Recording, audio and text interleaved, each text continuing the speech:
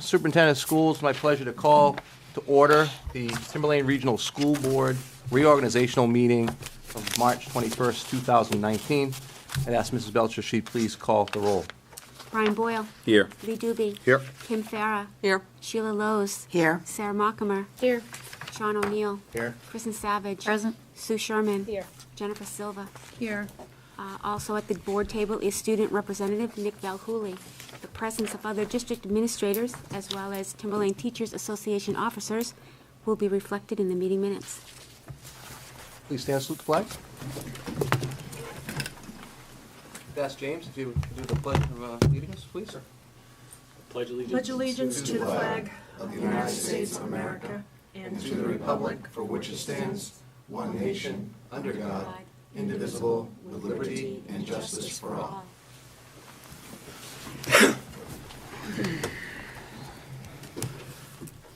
Well, it's been customary at this point, before we take nominations for the chair, to thank outgoing members and welcome newcoming members, but we are the same board, or you are the same board. It's also been customary to welcome re-elected or newly elected people to have an opportunity to say a few words as they start their next term. So I'd like to start with and congratulate Sheila Lowe's from Sandown, and if you had a few words you wanted to say. I just want to thank the people from Sandown for putting me in, and know that I will do the very best that I can for you. Excellent. Next, we'd like to congratulate Kristen Savage from Plastow. Kristen, floor is yours. I would basically echo what Sheila said, except for the people of Plastow, that thank you very much for choosing me to be your representative on the school board, and I'm looking forward to the next 3 years. Excellent. Thanks, Kristen. And finally, Sean O'Neill from Danville. Congratulations. Floor is yours. Thank you. I also want to echo the same sentiment, except for, of course, Danville. As I said all along in my campaign, is I like to look at it as a three-prong approach. There's three stakeholders in this: the students, the teachers, and the taxpayers. And I plan on trying to balance all of those and a relationship that I think is the best for all stakeholders. And if you didn't vote for me, I also try to hope that I can earn your vote in the future. And I always like to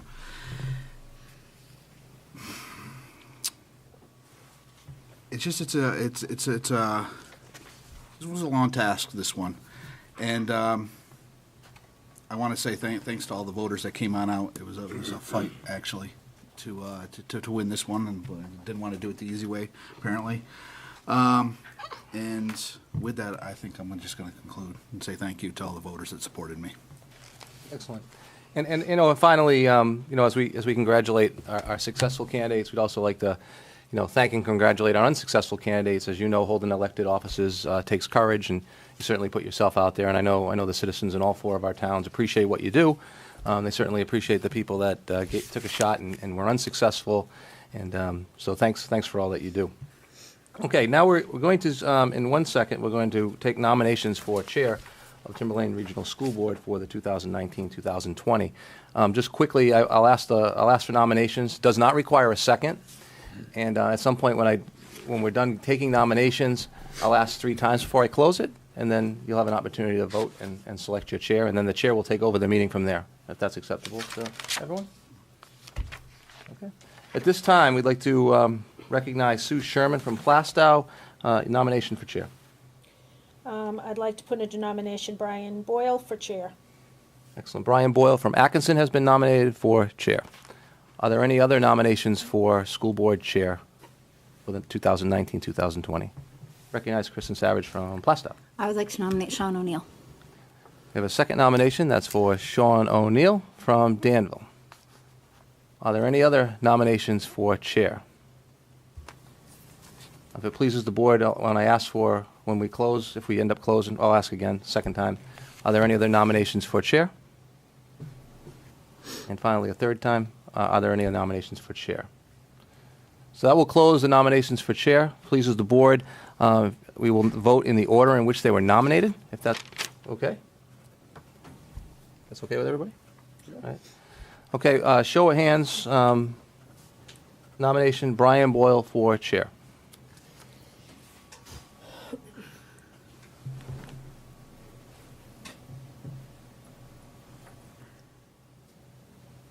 Thank you. Okay, and for a show of hands, Sean O'Neill for chair. And I believe school board has a new chair. Congratulations, Mr. O'Neill. Thank you School very board much. chair. Thank you. The meeting is yours. Okay. You can rearrange the seats, you can do whatever you want. Are you okay with it? I'm fine from staying right here. Sure, stay right there, whatever you want to do. Okay.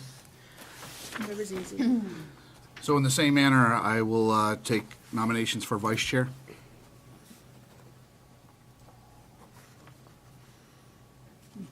I'll go with Sheila. I want to nominate Jen Silva for vice chair. Okay. Is there any other nominations? Going once? I'd like to nominate Brian Boyle, if he'd like to do it. No, thanks. Okay. Okay. You said no. That was the second one. You so- declined? Okay. Thank you. Okay, is there any other nominations for the last and final call? Okay. Oh, I'm sorry, Sarah. I'd like to nominate Lee Doobie, if you accept. I appreciate it. I don't have the time to commit to that role. Okay. All right, with all the, that was the last and final one. Call for, a vote. All those in favor of appointing Ms. Silva to chair, raise your hand. Vice chair. It is unanimous. Thank you. Okay, unanimous. All right, we'll move down to the next position, which is school district clerk. Ms. Louiselle is seeking reappointment. So I would seek a motion to appoint Mrs. Louiselle as school district clerk. So moved. Okay, is there a second? Can I'll you, second. would you be so kind as to, because I'm looking down. Kristen, Yeah. thank you. Just let sorry. me know who's motioned and seconded. That would be great. And the second, please. I believe. Sarah. Yes, Sarah. Thank you. Thank you. Okay, all those in favor, say aye. Right. Aye. All those opposed? All those Do a abstained? Your raise of hand hands. for the, No it's eyes. just helpful. Eyeing, or you? I know you might do it differently, but it'll be very difficult for me to just follow voices No, no, to I'm make sure we sorry. got them. All those in favor, raise your hand. Thank you. Unanimous. Thank you so much. Okay. Since it's unanimous, I won't go through the other two.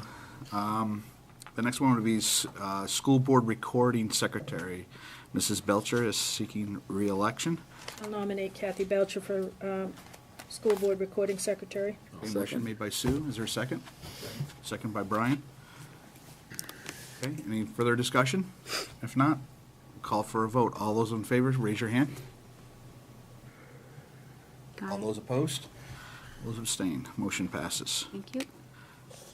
The next is, it's our treasurer. Mrs. Coyley is not seeking reappointment, so the position needs to be advertised. So, I'm assuming that she gave her, Brian? I just want to, I talked to Linda Coyle, and she's agreed to stay on while we advertise. Okay, So great. that will protect the district there. Yes, that will. Please extend our thank you for that, Yep. too. So do we reappoint her temporarily? I would probably say that would be temporarily. I would, yeah. Okay, so I seek a motion to appoint Mrs. Coyle. I would, so moved to appoint her temporarily. Okay, motion made by Second. Kristen, seconded by Jen. Any further discussion? If not, call, Earl. Sean, if it pleases the board, I would like you to entertain, to take a look at the stipends of those two positions. It is a lot of time. I would agree with that for the amount of workload that this encompasses. I think that needs to be readjusted personally, is my viewpoint, so I would agree with that. I did look at stipends across several districts, and they're all over the place. When we, Looked at this Range. before. Where are we? Did you- We're actually kind of high yeah, in up comparison. near the top. Yeah. Okay, Mr. Chairman. yes, Sue? So when Linda Coyle and Kerry Patlis both came and expressed their interest in helping us out last year, and Kim and I interviewed them both, it didn't appear that either one of them was so concerned about the stipend, but Kim and I had been concerned that perhaps a higher stipend or a reasonable stipend, that perhaps we were underpaying them, until Kim did some research, and then I followed up on what she had done and realized it's not that out of line. And I don't believe that's why Mrs. Coyle is not seeking it. I don't think it has anything to do with the stipend. That's not what she expressed to Brian. Right. One of the But things. she did a great job, so I thank her for that. No, I would totally agree with that. As part of the job description, do you have like, a pretty detailed job description of that? Yeah. Because I know there's a lot of different parameters that a treasurer can do. I mean, she can she or he, or the office can authorize people to do deposits. So, I mean, that might be a big hurdle because people might not do it because of that particular aspect. So I don't know what you guys have been using in the office to work with. So I think maybe a little bit more detailed description probably would help people to understand the real duties of the role. Yeah.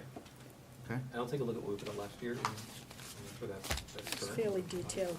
Okay. So I believe we had a motion to appoint Linda to the treasurer. Temporarily. Okay? So call the question now.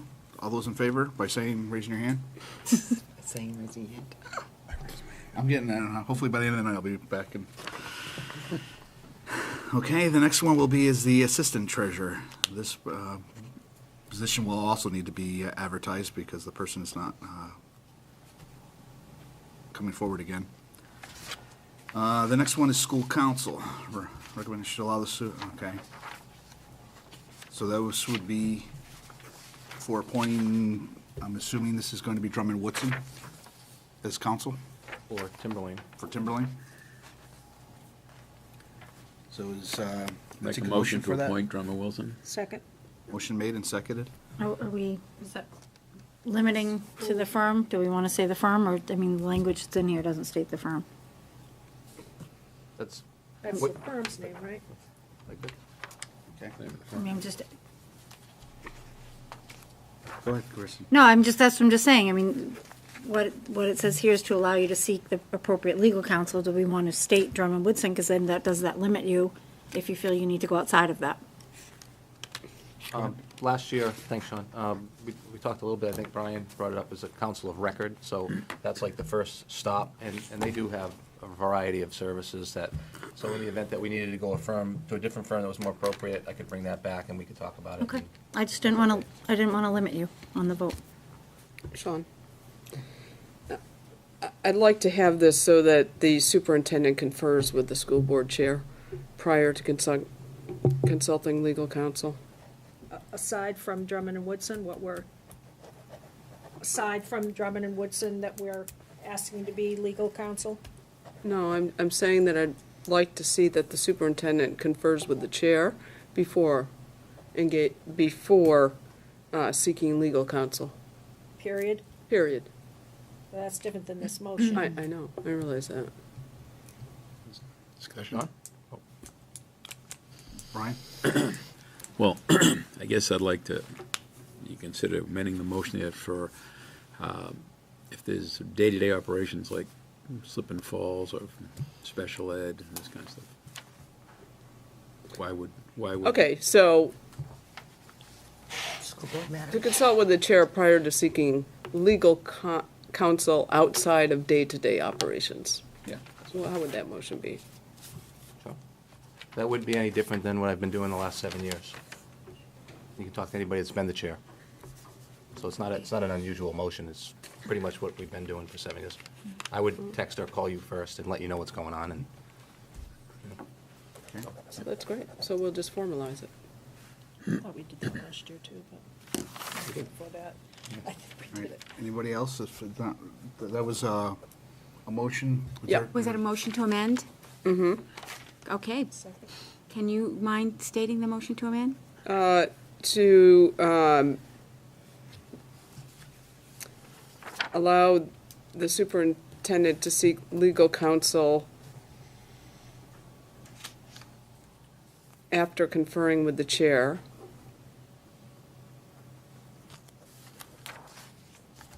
Other than for day-to-day operations in the district.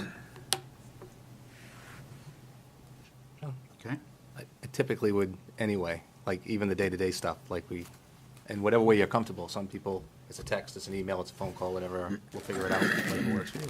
Frankly, I'd prefer moving forward that all communication be by email, not text. You have a motion without a second, sir. Is there a second? I'll second it. Seconded by Kristen. Thank you. Any further discussion? Are you adding in that email or text or whatever, or are you just making a comment No, there, I was Ken? just making an extraneous comment. Okay. Vote on the other thing, right? No, because now it's a motion to amend, yeah. Okay. Could you please read it back? Sure, the over? motion to amend is to allow the superintendent to seek legal counsel after conferring with the chair other than for day-to-day operations. That was seconded by Mrs. Savage. Okay. All right, we're going to call the question. Raise your right hand to say aye. Vote to amend. That is 7, Okay. All those opposed? 2. All those abstain. Motion passes. Okay, so now we're back onto the You have a new original motion, Yeah. which is to, could you read that, Mrs. Belcher, Yep, please? I sure can. So the new motion is to appoint Drummond Woodsum as the legal counsel of record, seconded by Mrs. Sherman, and to also allow the superintendent to seek legal counsel after conferring with the chair other than the day-to-day operations. Okay. Any further discussion? Okay, we'll call the question. All those in favor say, or raise your right hand. Right hand? Right hand, sorry. Raise your hand. To the left. I'll get 5 people, that's the problem. Turn yourself around. All those opposed? Should get little buttons. All those abstain. Motion passes unanimously. Okay. The next one is going to be bonding. Recommended bond the treasurer and assistant treasurer as required by state statute and Department of Revenue. So I seek a motion that we extend bonding to our treasurer and assistant treasurer. I'll make that motion. Well, when they come online, they will be required. It was made by Sheila, seconded by, I didn't. Second. It's Thank you. Jen? Jen. Okay. We'll just call the question. Is, all those raise your hand in favor? All those opposed? And all Yep. those abstain? Unanimous again. Bank depository. Recommendation to appoint TD Bank as the district bank. Take a motion for that. Make the motion. Motion made by Jen, I'll seconded second by it. Kristen. Thank you. We'll call the question. All those in favor, raise one of your hands. Thank you. All those opposed? And all those abstain. Also unanimous. Policy DFA regarding investments to be reviewed on an annual basis per district auditors and RSAs, and there's no changes proposed. So this would be basically a ratification of policy DFA, if I'm not mistaken. And I'd seek a motion to do that. I'll make the motion. A second. Motion made by Sheila, seconded by Lee. Any further comment? If not, call the question. All those in favor, raise your hand.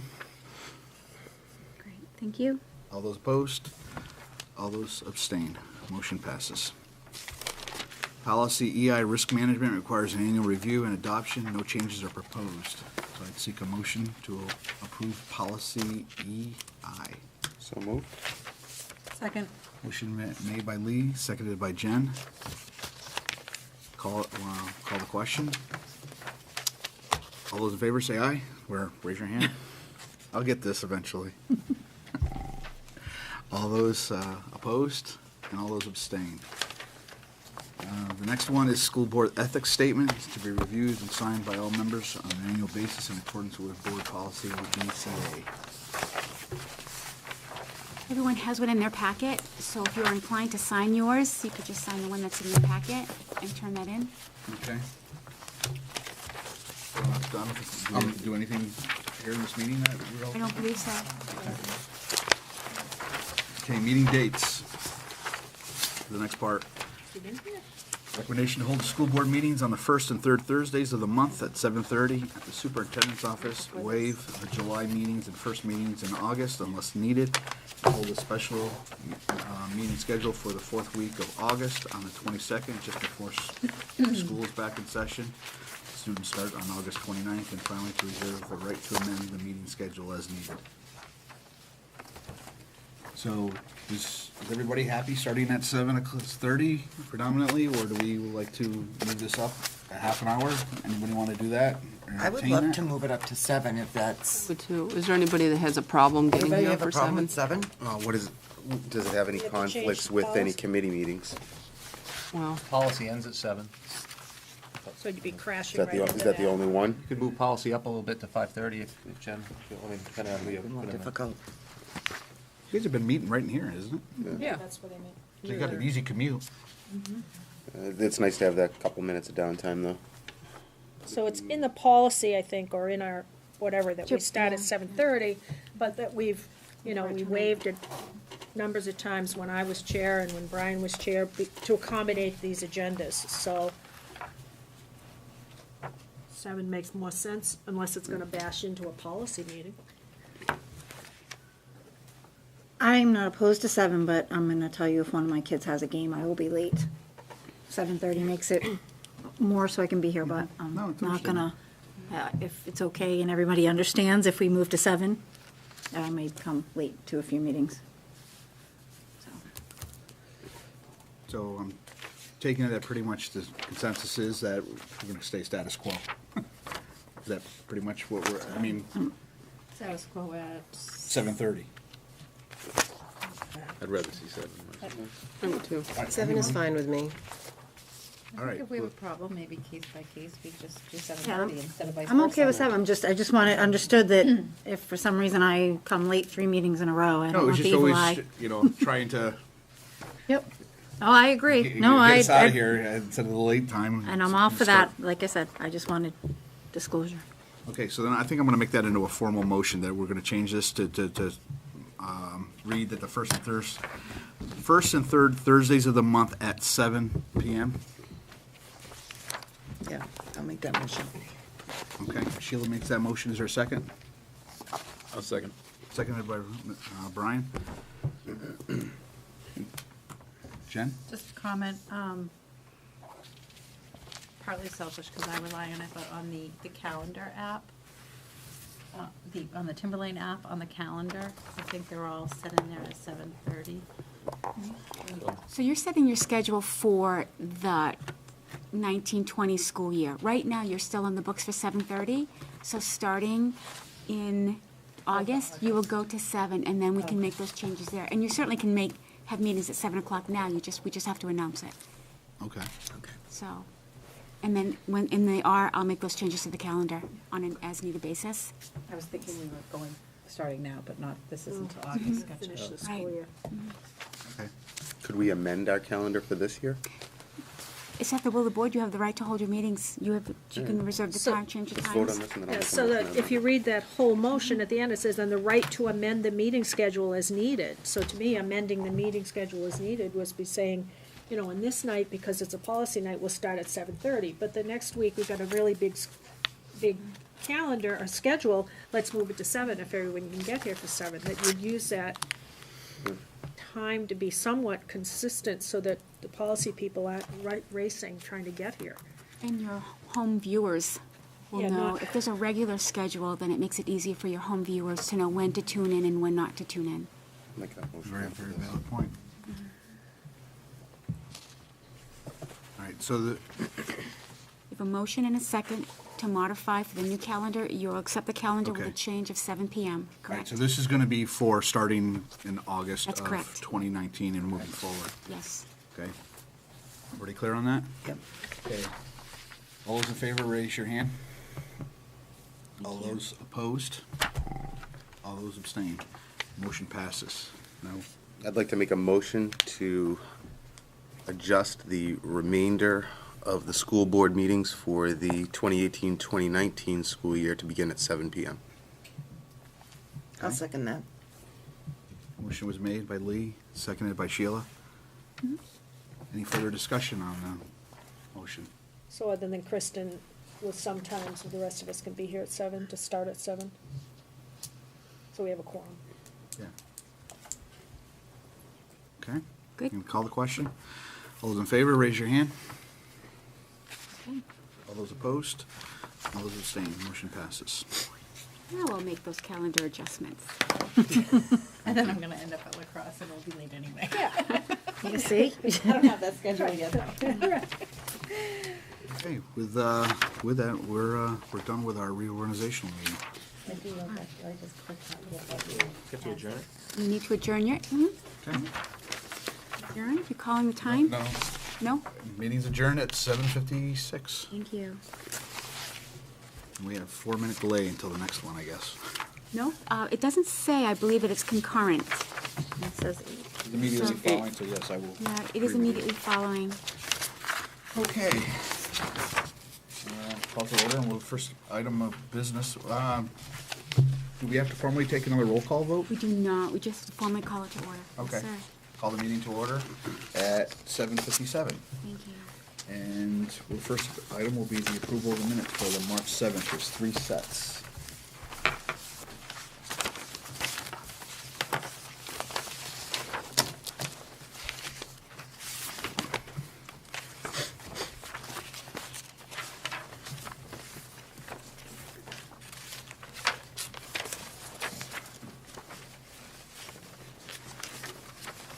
Mr. Chairman, do you mind if I start handing out, we have one set of sealed? All right, that's fine. All right, let's do the March 7th, 2009 to 7 PM one. So this would be our regular scheduled meeting. Let's start with that one. Motion to approve the minutes of March Second. 7th. Huh? Second. Okay. Motion has been made and seconded to approve the regular board meeting for March 7th, 2019 at 7 PM. Motion made by, We started at 6:50 that night, and we ended at 11:01. Let's hope we don't do that. all right, so, anybody else have anything they'd like to add? Any adjustments? If, good. Thanks. If not, I'm going to call the question. All those in favor, raise your hand. All those opposed? All those abstained, motion passes. Okay, the next ones we'll do is the other part, we'll do the March 7th at 10:19, The sealed minutes. the sealed So the minutes. sealed ones.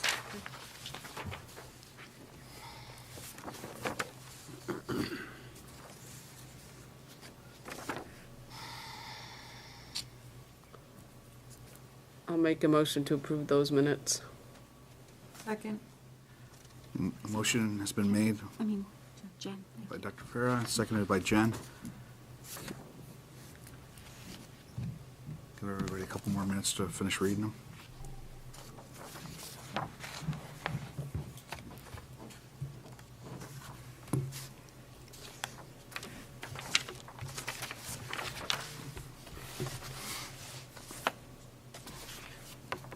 Okay, everybody done?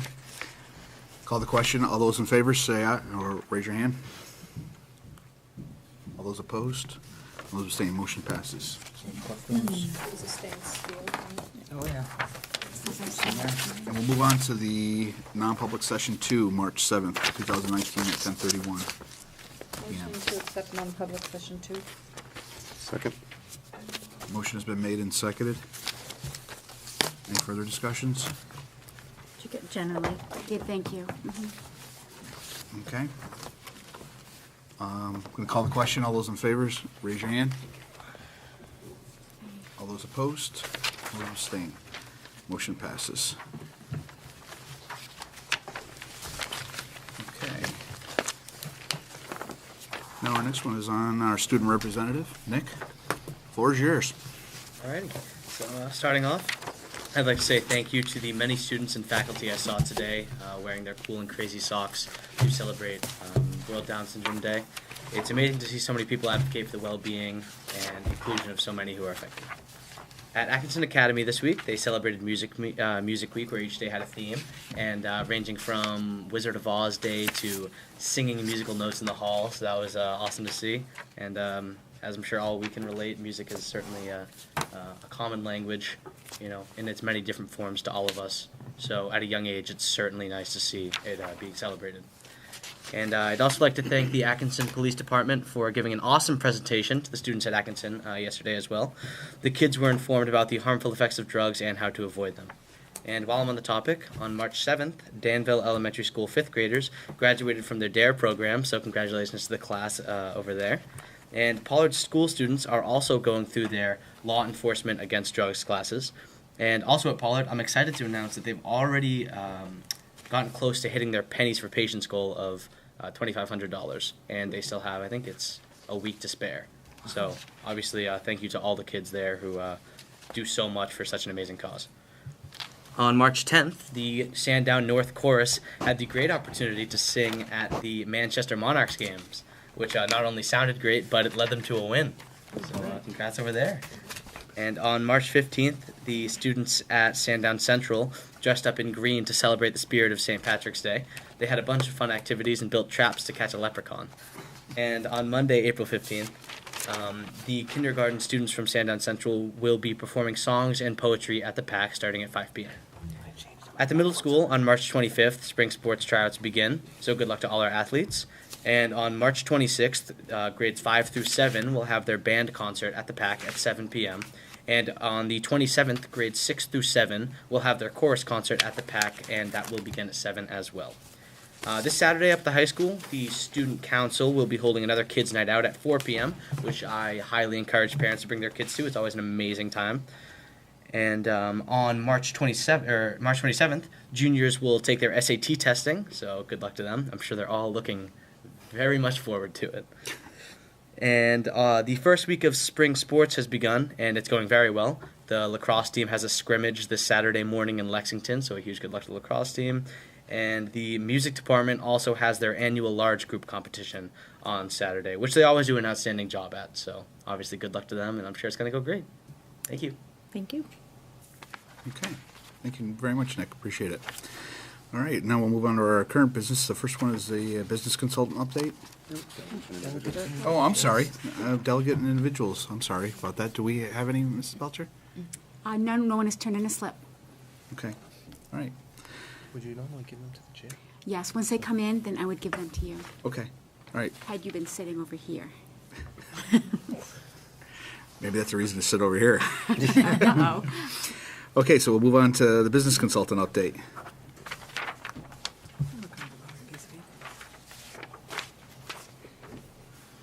Good evening. Good evening.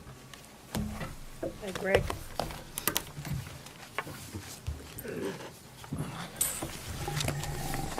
Good evening, Welcome Mr. back. Chair. Thank you.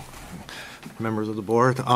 Was asked to at least come before you to give a kind of a little bit of an update of where we're at based on the last meeting that I was here, which I believe was back in November.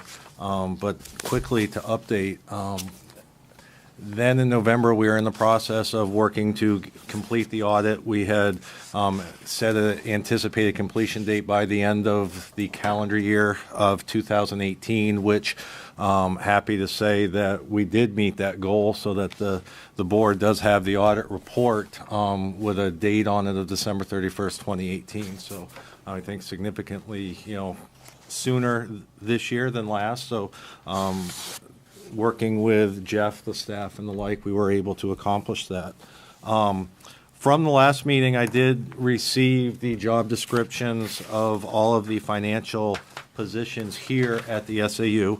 I've been in the process of reviewing those, comparing them to my previous notes, previous presentation, and the like. But also, as part of that process, have been reviewing with Jeff changes that he has made in processes since we've gone through the audit, and also from when I've been here since last August. So it's not just an easy process, but it's kind of an ongoing. But some of the things that he's put into place, how it is affecting of journal entry approval responsibility for them, including the staff, Nancy and Lisa, in doing some more of those journal entries.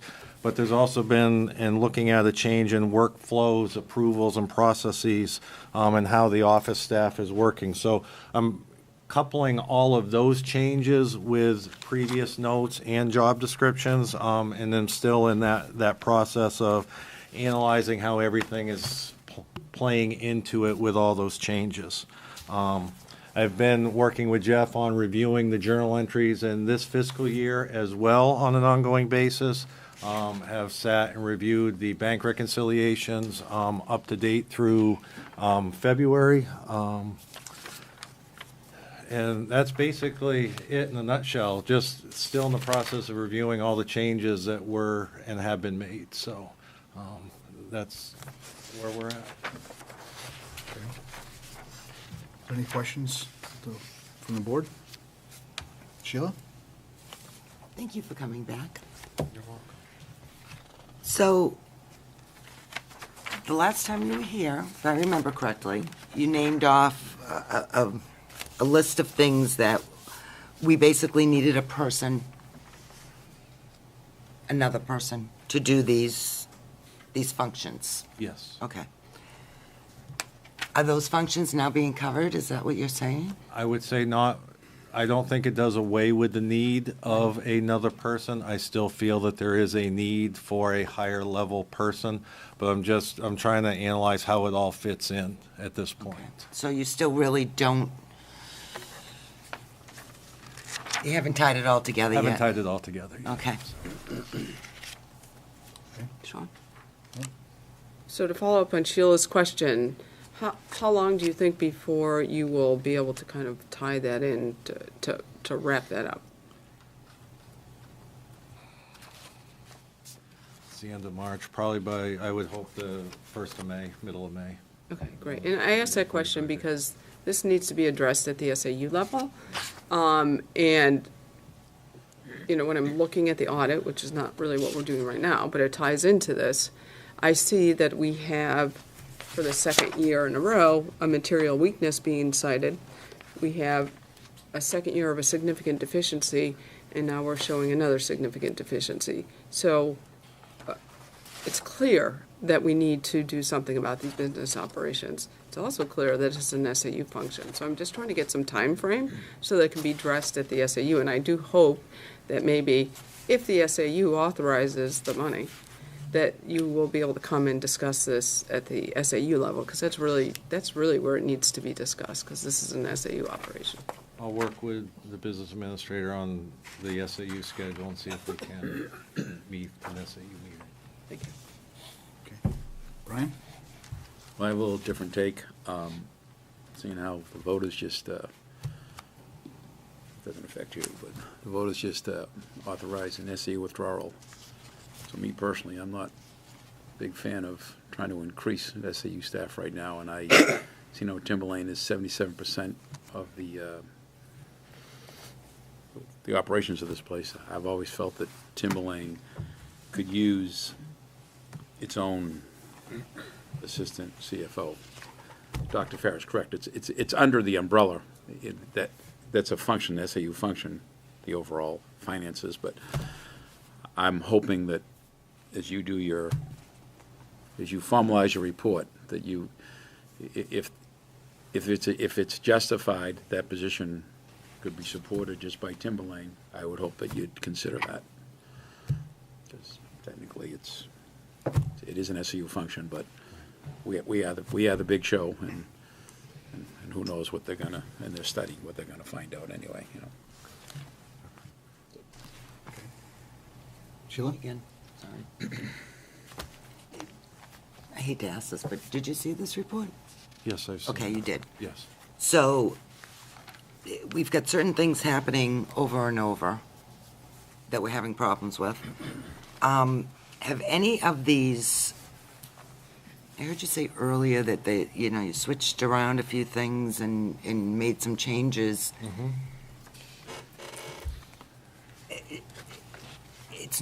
That's not really reflected here, though, am I correct?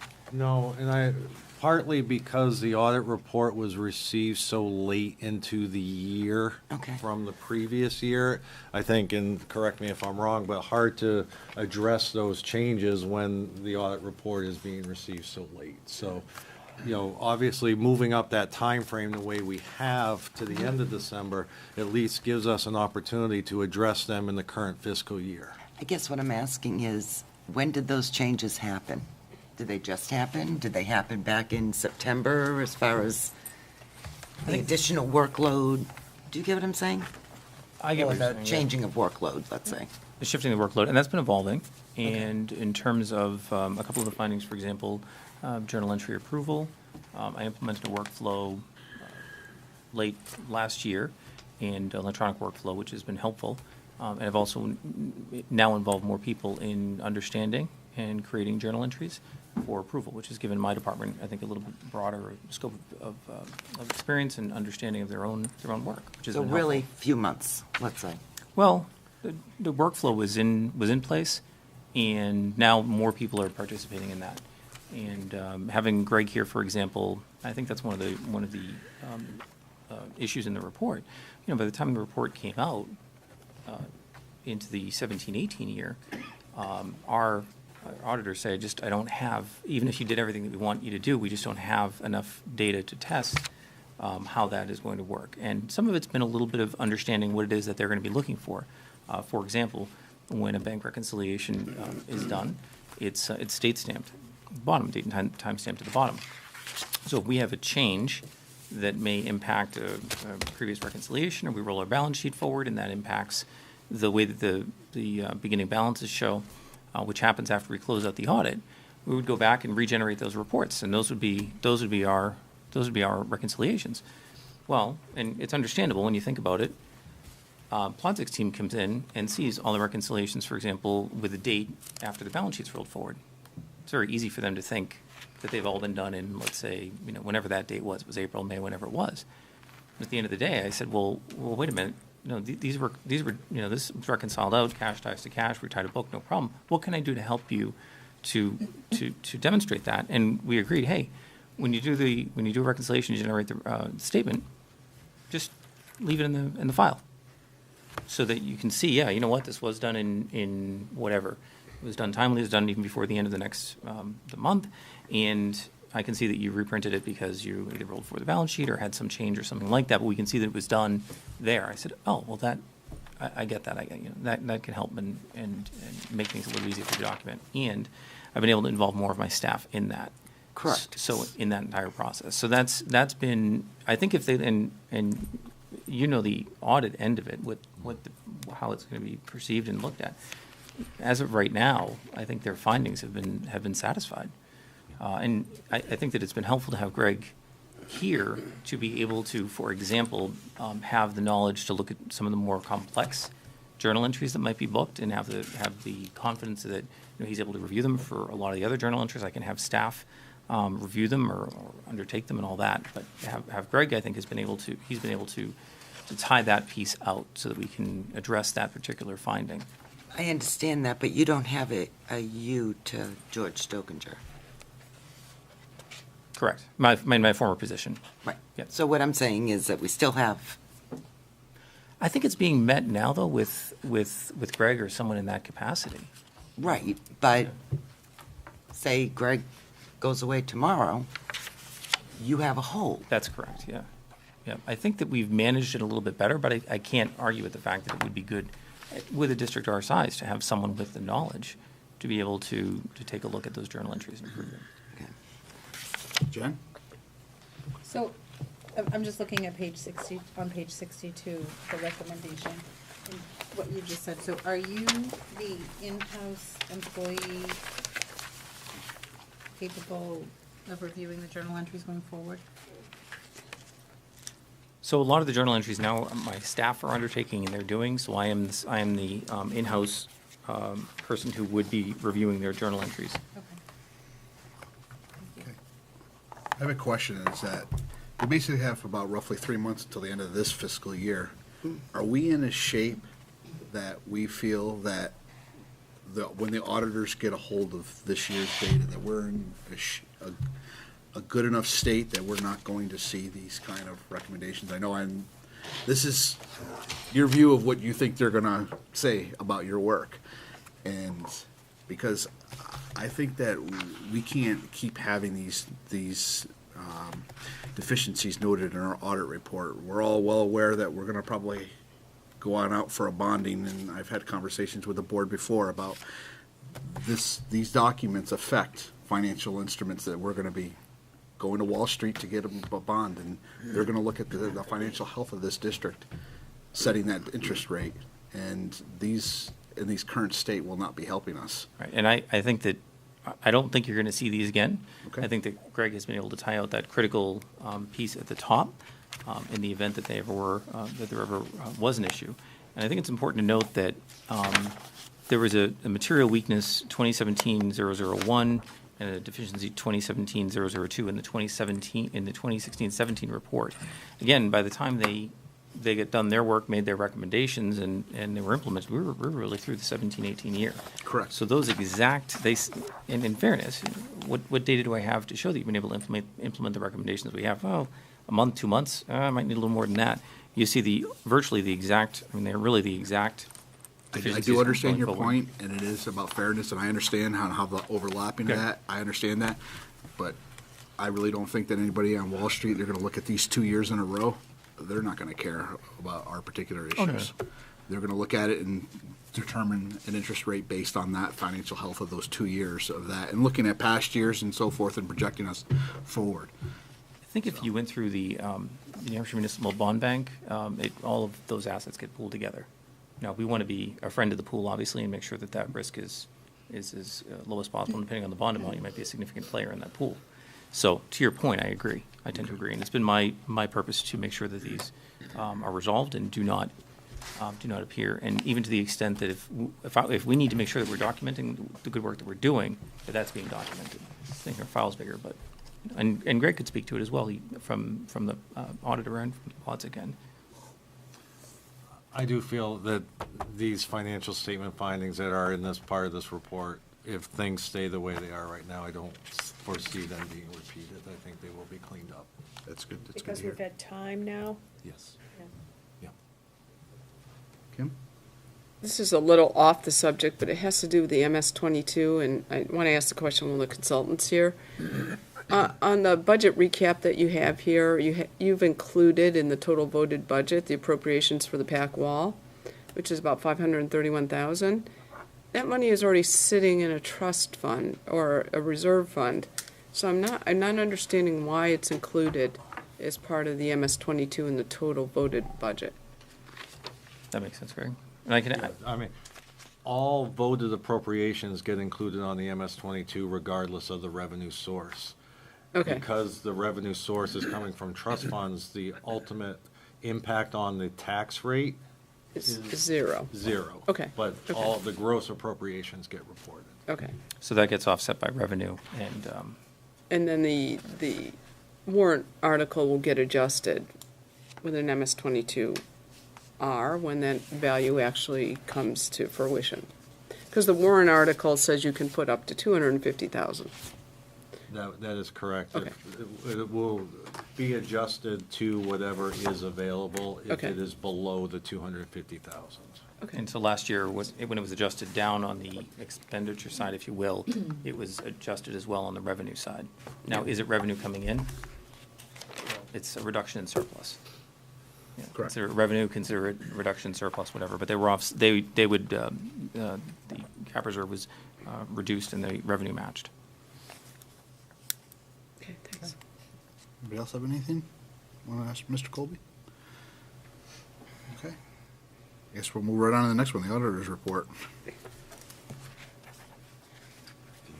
Yeah, I'll speak to it. So in front of you, you have the Timberland Regional School District Audit Report for the year ended June 30, 2018. And I will go through just briefly. You'll find at the beginning of the report the Independent Auditor's Report itself, which lays out a lot of their ground rules, if you will, for the audit and their assumptions under the audit. Next, you'll find the MD&A, Management Discussion and Analysis, which runs through page 5. You'll see some financial highlights there. I'm not going to bore you with every page of the report, but at least this initial part is relevant and important. In addition to that, I've prepared the financial analysis, which can be found on page 6, the 2-year comparison of net position. When Plodzik prepares their financial statements for audit purposes, they don't include comparative data, and I find that useful, so that comparative data is included here on page 6 for governmental activities from a balance sheet perspective with some revenue, with some revenue analysis subsequent to that.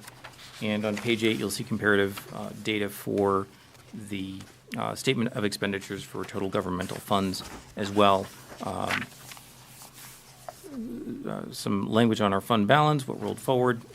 That tends to be a very useful field for reference. And you can see our long-term debt.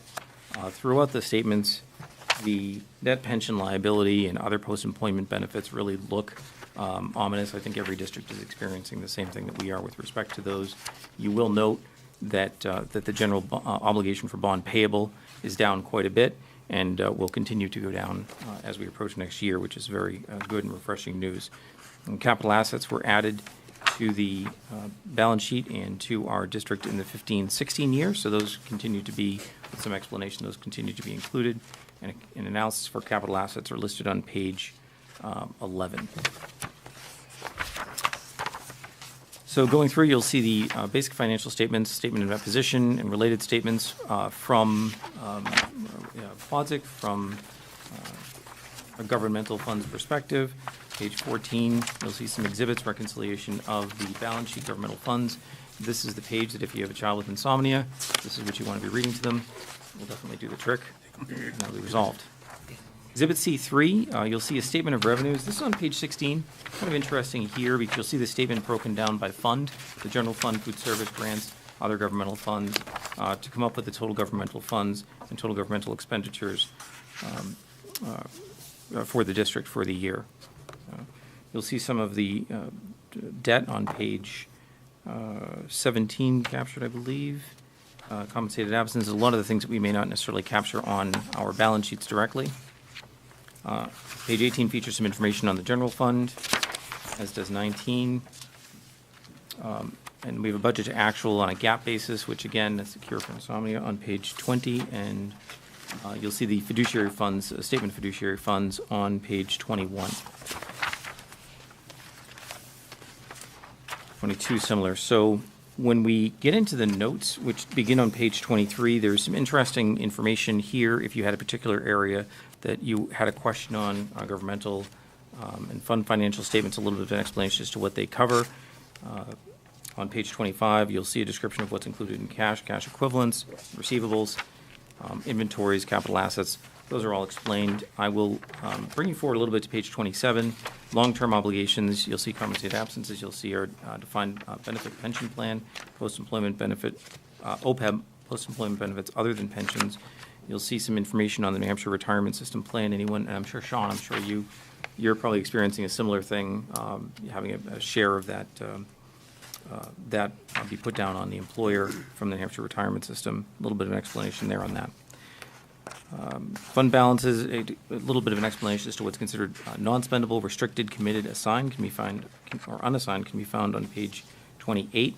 Our typically we'll be talking about our unassigned balance when we talk about the amount that we're going to be rolling forward to reduce our taxes for the subsequent year, or surplus, if you will.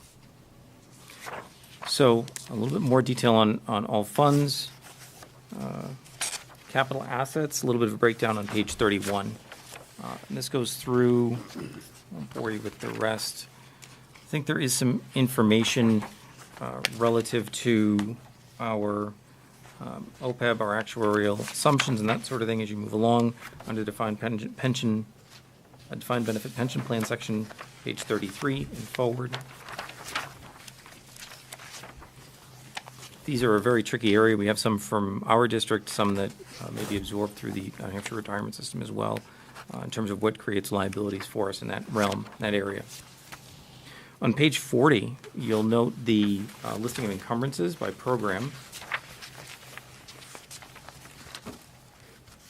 And so those encumbrances are funds for which a reserve has been made, but for which the actual expense has not hit the books during the year in question. So we've looked, and the expenses are what they are, what's been paid, but beyond that, and in some instances, we do have expenses that get paid into the next fiscal year, and that is what those encumbrances are. Those expenses are recognized in the subsequent fiscal year, and the budget typically rolls forward to match that. Notes 13, 14 speak to governmental fund balances, governmental activities in that position. A little bit of a description, we just talked about it tonight, risk management on note 16, page 42.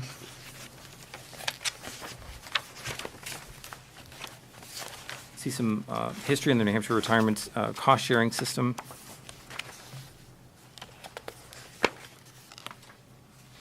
And a pension liability, again, on page 45. It's creating the biggest weight on the balance sheet, so it's understandable that there be so much covered and so much explanation dedicated to that. See some of our assumptions on page 49, or some of the assumptions that are used. So some further explanation, breakdown of non-GAAP budgetary basis reporting, page 50, 51. And page 52, which I'll call your attention to.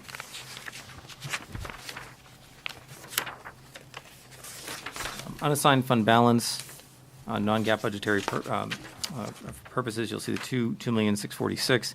You'll see a breakdown of some revenue surplus on expended appropriations, a little bit of a breakdown as to where that all comes from and what makes up that unassigned fund balance ending. See our student activity fund, balances by school, beginning balance, additions, deductions, ending balance. On page 54, you'll see the independent auditor's report on internal control over financial reporting and compliance and other matters based on an audit of financial statements performed in accordance with GASB, Governmental Accounting Standards.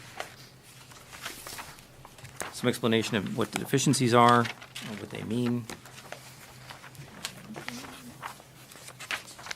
Next page, you'll see their actual report on compliance, their opinion, and then you'll see where they've identified material weaknesses. This was a 17 material weakness, which was the interim and annual accounting reconciliation reporting. That same finding moved forward to 18. And the other is a significant deficiency identified relating to adjusting journal entry review, which was fiscal year 2017-002, which rolled forward to 2018-002 as a similar finding. On page 63, there's a little bit of a breakdown on where our schedule of expenditures of federal awards. So how much we're receiving from the various programs and how we're using that really. So you'll see school breakfast and lunch, Title I, IDEA, SSIP, Title IIA, the different amounts that are coming in. You'll see different CFDA numbers and different grant numbers as well. So that is that's our audit report in a nutshell, I guess. Typically, I know that we had talked about a single audit, findings from a single audit, and because we are such a major recipient of federal awards, and while you're here, maybe you may be able to give a little more insight into it. Our audit firm, we have a very talented auditor who conducts these types of reviews. She conducts through Plozek, conducts what is called a single audit. And the single audit is just an audit on our federal funds and compliance. So the DOE had some questions on, and they saw the findings that the 1701, 1702, which came up, which they referred to as a single audit. That didn't mean that the DOE came out and performed their own quote-unquote single standalone audit. We have a single audit performed every year by Plozek on just as, I don't know, would you call it an audit in and of itself? Part of the major audit, it's required to be done, but it's one that focuses just on our federal awards spending compliance. On the federal compliance aspect of all of the expenditures that you have from a federal standpoint, so. So that single audit is performed as part of our general audit, but it's called a single audit because it is just for federal funds. That's it. If anyone has any questions on the report. All right. Right around. I'd like to go back to the beginning of the report, where the management letter begins on some of these rather, the treasurer duties repeat comment. I'm assuming that that's been taken care of because we had a treasurer in place, right? Correct. I assume that's correct, okay. The transfer of the surplus to the trust funds, I think we've straightened that out. The timeliness of posting cash receipts, I think we're getting better at that, because I see that we are getting more revenue much earlier in the budget cycle now than we did last year. We'll say that at the present moment, there are no deposits to be posted. Everything is done. Yep, I can see that from the monthly. Are we putting food service into the general ledger budgets now, Yes. as it recommends? Because there's a discussion here on the food service being included. So that's being Correct. addressed now? And I'm assuming all these issues with these student activity funds are taken care of? Well, yes, they have been, and they've been addressed, and these are the types of things that I would like to have a little bit more time to go out to the field to do. This is, and I think poor Patty, particularly with the first comment, I think on the scholarships, had probably been on the other end of that. We've changed our practice, and it was brought to my attention that we still had, Plaza was looking for a little bit more than what it is we were doing at the time. And so I've worked with our high school staff to ensure that we can do that. And in fact, when things are about to be or going to be transitioned over to a new trustee of the trust funds, some of these go away because there is more involvement of the trustee of the trust funds in that process. So we've already met on this, and we'll be meeting with that trustee of the trust funds to lay out what that flow is. And specifically, when our trustee of the trust funds hold our scholarship funds, when those scholarship funds are held, they're paid out. A committee makes the award. They're paid out either at graduation. They can be paid out maybe at awards night. They can be paid out to a student if they go to school in the fall. They can be paid out to a student's school if they're enrolled, and that might be the first or second semester. So once the awards are made, it then is now incumbent upon the trustee of the trust funds to make those disbursements at the appropriate times. So I'm looking forward to being able to, which I believe before the high school would request, make their awards and then request a check for the proceeds. That would come over to the district. The district would then be responsible for dispersing and saying, okay, I know that, so-and-so is going to school. I know that this is the school they're going to. I know that they're going to second semester, so it was a little bit easier. So now what I'm working with my high school staff is to make sure that we can get a symbiotic relationship with the trustee of the trust funds to know when these are going to be requested and who's going to be responsible for that. The trustee of the trust funds would have to cut the check, but it's an extraordinary effort for a trustee of the trust funds who's typically holding funds and making disbursements for capital reserve, or big amounts, to be doing this. So we'll be meeting with the new trustee to make sure we can go through that process. Sorry, can I just jump in there? Because I had a discussion with the trustee of trust funds, and I'm now on the trustee of trust funds for Danville. So my understanding is that she is not going to move those funds over to Plastow until July 1. So you'll have to be discussing this current year, because they'll be dispersing those scholarships for high school with Danville, not with Plastow, because that's... It doesn't make sense to move it now until June 30th, the close of your fiscal year. Our fiscal year is halfway through in the town. Right. So just want to clarify that's how that transition's going to happen. Yep. And I think I was planning on that date. We do have some that get dispersed before that date, but a majority, I don't see the problem, more time-consuming ones are dispersed after that date. The more students are out of school, where you're going, are you in school, I pay this one directly to your school, what's their address, all that. So, Well, maybe it's better to try to push them all till, I don't know. I don't know what's better, but you're going to have a transition time there. I have to say that this requirement by audit, and I can't say that I don't necessarily blame them for that. It's just a role that the trustees really have not had to undertake in the past. in terms of workload and that sort of thing, so. And then you also got the other state departments, which is the charitable trust that oversees all those trust funds. So that there's not just a trustee aspect, but a whole state division that you're also in compliance with. As well. Correct. All those filings. And one of the interesting things, since the move is going to be happening, and since we have the authority to use investment advisors, is there a little bit of a cash flow planning perspective as well, because right now, the investments are typically liquid enough to be able to draw from, and if they go into another type of investment, we have to identify what we think and when we think those disbursements are going to happen so that they can be made available for that disbursement time.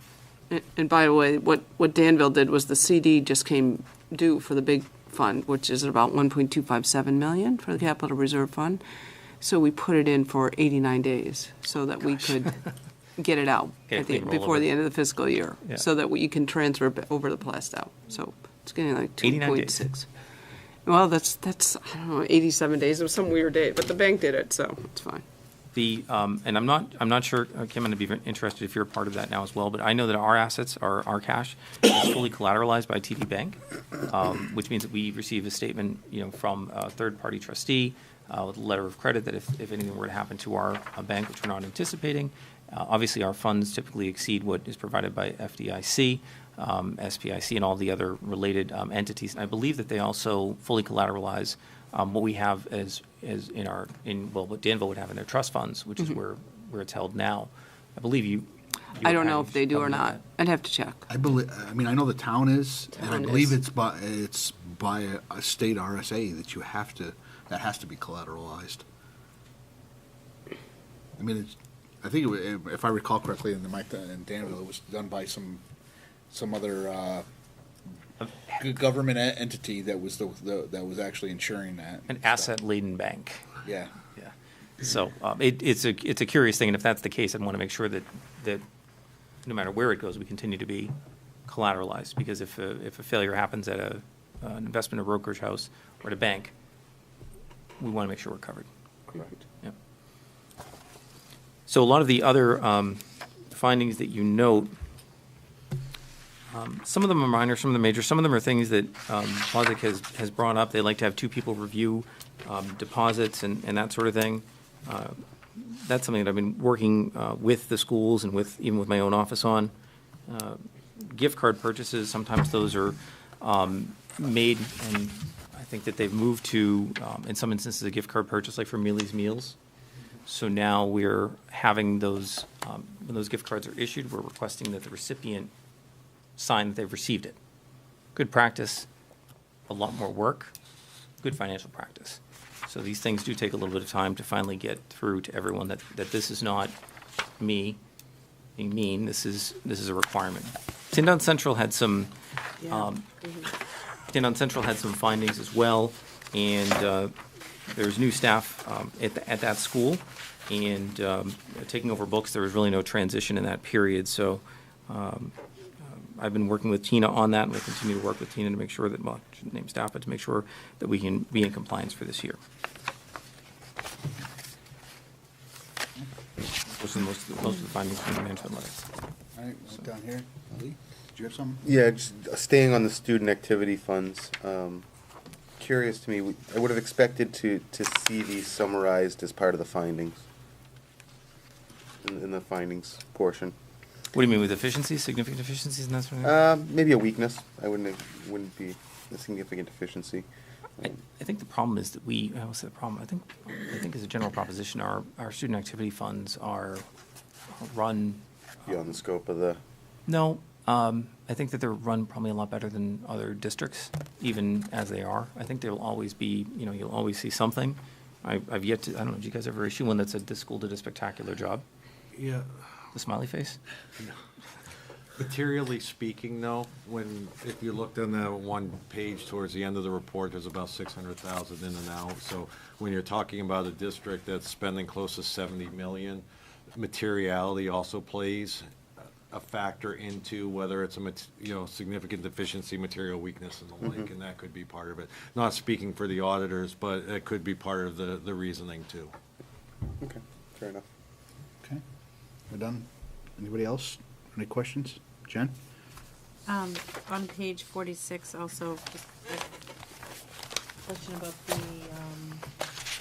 oh no, wrong one, sorry. The student activity page, page 53. That's where it's 53. 53, yeah, sorry, I was on the wrong page, okay. The balance ending, so is that unspent money from the student activity accounts at the end of the year? The balance ending, yes. Yeah, and when you say unspent, I can't disagree with you that that's what it is, right? It's money that's unspent. But in certain cases, these schools may have revolving funds for, let's say, a field trip or yearbook or something else that they may. Classes. A different class. Class of 2020, class of Oh, 2021. yeah, they're raising money for their Where they're prom, raising and they money start to for raise money, yeah. graduation, things of that Yeah. nature. You know, that those would field roll- trips overseas that we've approved too, they start collecting money for that, puts it into account, that's all gotta be accounted and. Their balance not, they probably are allocated funds, they're So just if not we looked expended. year to year, we should probably Correct. see similar Yeah, they hold deduction. money, yeah. Yeah, approximately. When Yeah. as things roll forward, Mm-hmm. you'll see that. Depends on the year. Are some of them like a deposit where you can only do the scholarship, interest only off the scholarship deposit? Is that Sometimes, yeah, and some of those we have, they're so small, the interest that comes in, we're looking at potential recommendations on how to deal with some of those, because the interest is very, very small and almost not worth writing, wouldn't be able to put postage on it. That makes sense, if somebody makes a donation and they. Yeah. And dealing with, you know, understanding how all this stuff with the trustee is that when these scholarships get set on up, the whole trust certificate should be also copied to them because it outlines exactly, you know, these funds and to only pay the interest or, you know, they're going to take the principal plus the interest and amortize that over, you know, 10 years, for example, whatever the number should be. But that's where a lot of that information got lost in this whole thing. So you have history of these books that just gets passed around and nobody's really can ascertain how these funds were set on up from the onset. And so it's a lot of forensics that they have to do through that charitable trust and so forth. So, you know I empathize with Patty because she definitely had a lot of tough time putting all this stuff together. And she got as much as she could from you and, you know, the SAU, that she also had to augment that with the charitable trust, what they had. And then there's just some stuff that, you know what, there's no way to figure this on out, and that's all got to be addressed as well. I think the good thing is when we have a break like we're having, gives an opportunity to true up and for us to look at those scholarships, to see what Patty has in her records, and to see if we have something additional that, you know, on our end that may not have gotten to her, or that we may have pulled out of archives or something. And we've actually discussed that as well, to try and make sure that we can pull as much as we have together, so that we can go down that list as we see them, and if they aren't there, we can supplement it. It is a lot. Okay. You know, then Brian? So of the deficiencies that were initially pointed out in 17 and then again in 18, are there any outstanding deficiencies right now, or the deficiencies that are, because this is as of June 30th, 2018, so what is the current state in terms of? I think we're in good shape overall. I don't think that you'd see these again.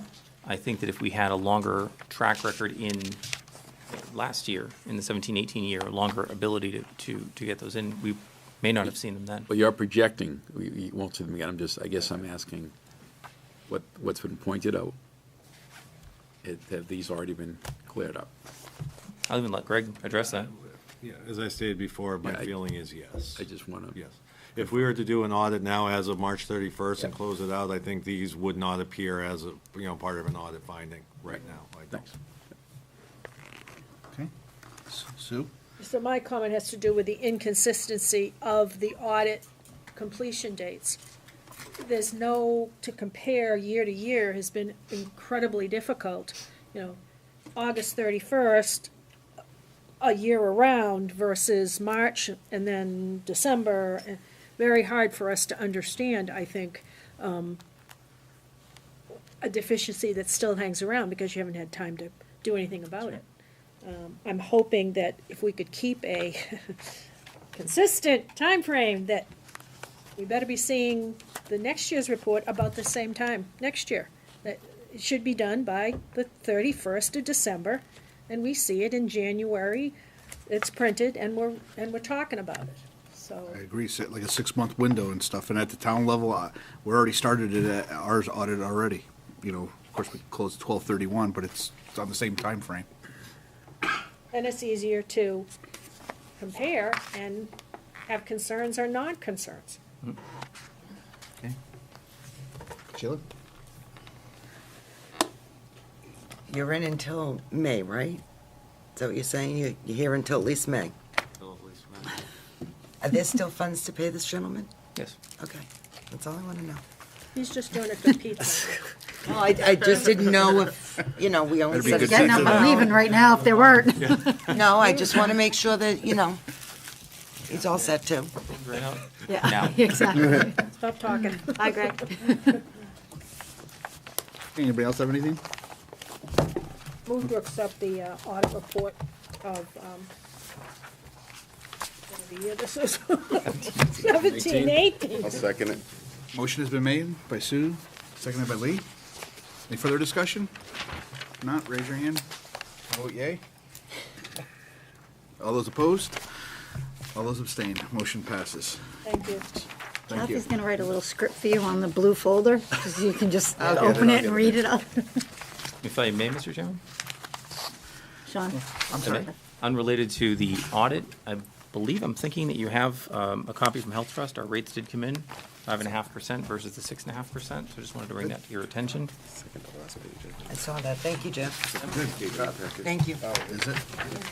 And probably about 100,000 in savings, I would estimate. And I also issued a memo, which I hope you all received. I don't know if it was part of the board packet tonight, just relating to food service. I think Kim had a question on food service. By the time we're talking and sidetracked and all that, I figured it might be a little bit more useful to put together that memo to help understand what's in that fund and what it's like historically. So it was dated March 12, 2019. I hope you found that useful.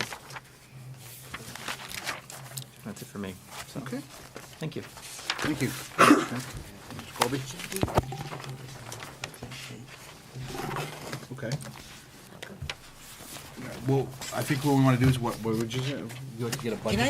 Can I make a motion to get a budget update for the next meeting, for this year, for this calendar year, just to kind of see where we are? We've got, what, April, May, June, July, 4 months. I don't think you. We put that on the agenda? On the agenda. Tells us and we'll put it on, right? Unless you want to do it. No, I'll request that. I mean, I'm just curious to see how we're doing this year. snapshot of Yeah. where we are. An So- update or just an executive summary, just to get the paperwork and see it. And look Okay. at it. I mean, Are I'm you- just saying, do you, Are you getting a copy of the and then revenue if you want to have expenditures? them come in, have them come I'm in. sorry? Are you getting a copy of the revenue and expenditures report? No, Not that I'm aware of.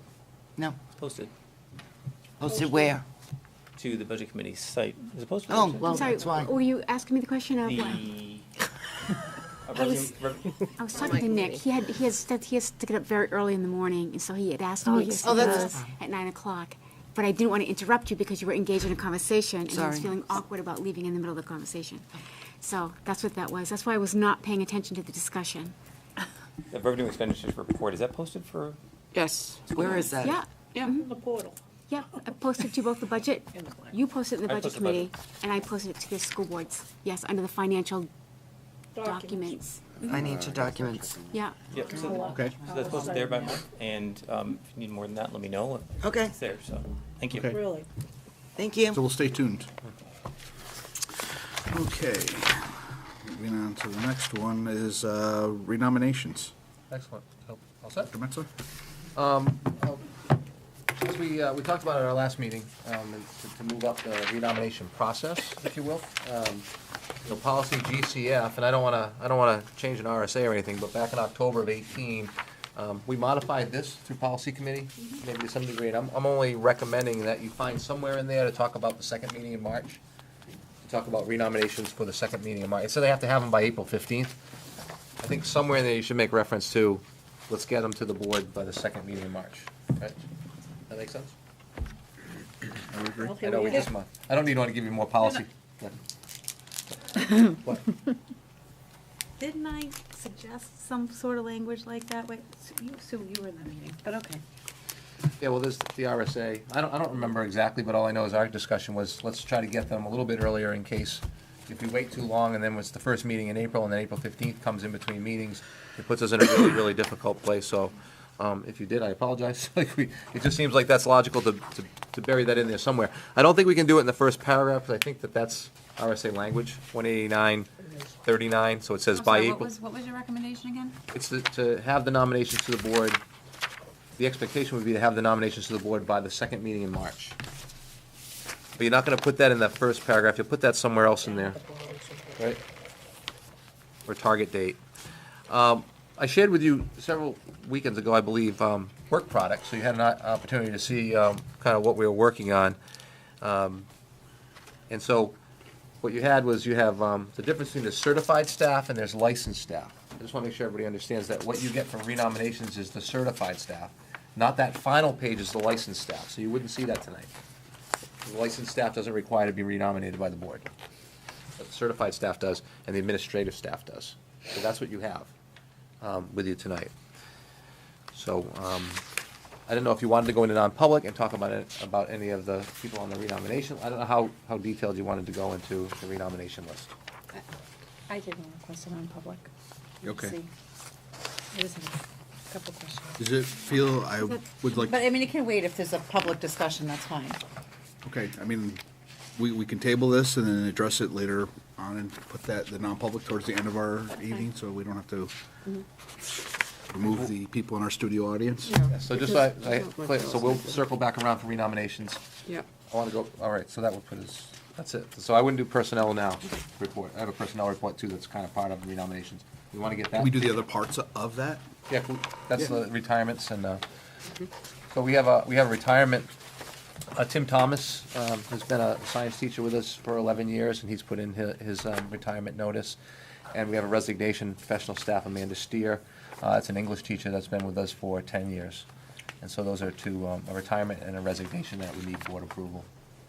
I'd like to make the motion to accept the retirement of Timothy Thomas with great gratitude and respect, and a big thank you. And also the resignation of Amanda Steer, although I don't know her. Thank you very much for your service.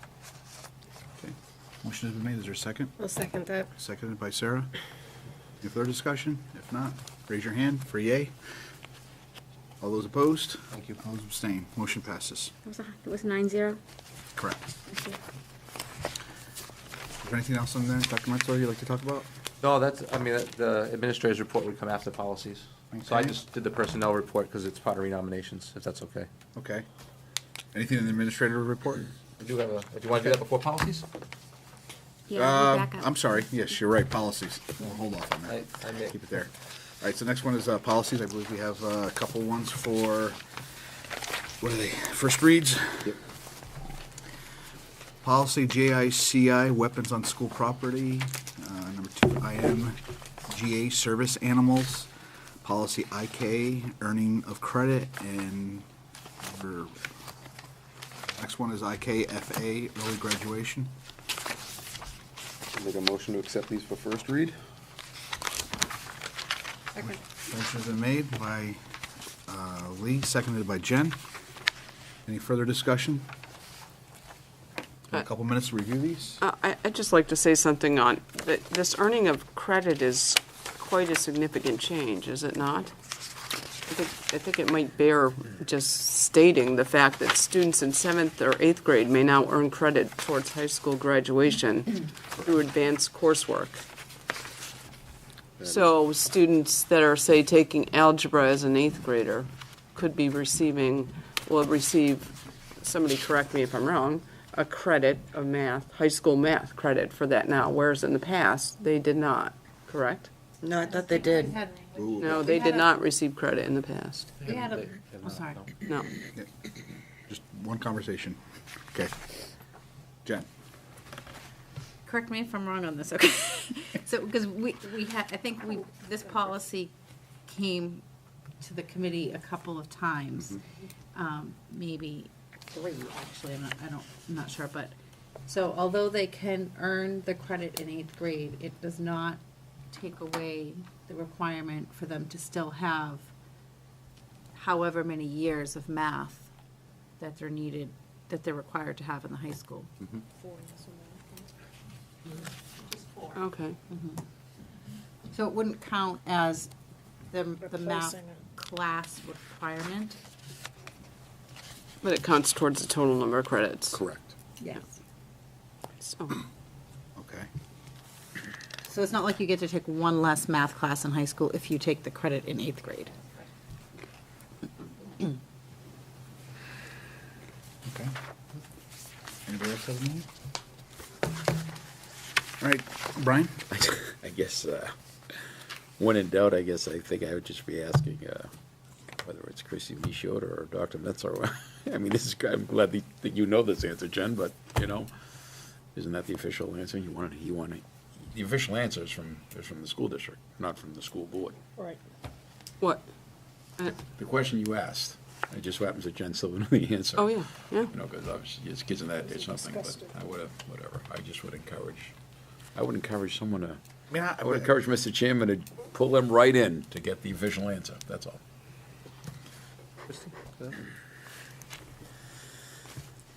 Chrissy's our curriculum representative on the policy committee. Yes, I am. So, yes, there is a state requirement that students must take a math-intensive course each year while they're in high school. So if students were to request that their 8th grade algebra class count towards high school credit, it would actually count as an elective, not for a math credit. They would still need to take their 4 years of math. Does that make sense? So they could, Same thing as Jeff. So then they could use this to fill like the electives then? Yes. Okay. Yep. All right. All right, so last, I believe we had a motion made by Lee and seconded by Jen to approve these for first reads. Is there any other further discussion?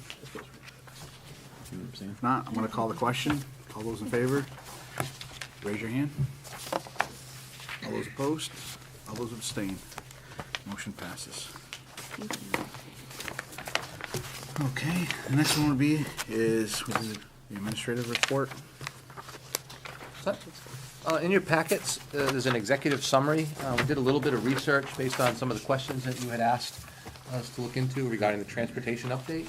And so I asked for them to put the information into an executive summary so you'd have it in writing, so you could take a look at it as we kind of went through it. Have you had a chance to see this, or did you just get this today? Right. You just got it tonight? Mhm. All right. It was finalized So we today. can do one of two things. It's up to Sean to chair. You can take some time to take a look at this, and we can talk about it next meeting, or we can talk about it now. You didn't have a chance to read it, so. Up to you. I would say that I would like to dive in it right now. We're actually ahead of schedule. So let me go point by point, and I'll share as much as we know. So the response on March 7th, school board asked for us to look into first student to provide by April 3rd the software-generated bus routes that combine the middle and high school buses. So at the March 7th meeting, references were made to the school bus transportation services agreement, specifically to routes and schedules. Understanding we don't have the software that I think the board thinks we have, and so that's the scope of this provision, refers to using currently established routes and updating those established routes with TRSD student information using the Silver EduLog transportation software. It does not refer to the creation of routes. The Silver version, EduLog transportation, does not have the ability to create the routes. So we don't have the software to create the routes. Does everybody follow that? It's like silver, platinum, I think The the, different levels of what this software can do, my understanding. But this isn't called on in the contract, what level of software? No, there's an add-on where we'd have to pay more money for the software to establish routes. They can establish routes, but they don't have the Okay, software so- that does it. Well, I'll let you continue, but my next question is going to be, how much is the add-on? As I get down, you'll see Okay. that waiting for the exact cost. Okay. I'm trying to get a price. 6.2, the TRSD shall furnish the carrier with a list of student names and addresses no later than July 15th each school year. This provision does not mean that the turnaround time for updating, creating routes is 1 month. Most routing starts in early May for the following year using the current information and moving students up a grade level in the EduLog program. The July 15th date speaks to the deadline for updates to student information that was already supplied by the district in the spring. This deadline ensures that the routes will be ready and up to date as possibly by August 15th. It is impossible to create routes with a brand-new student data within a month's time frame, according to First Student, correct?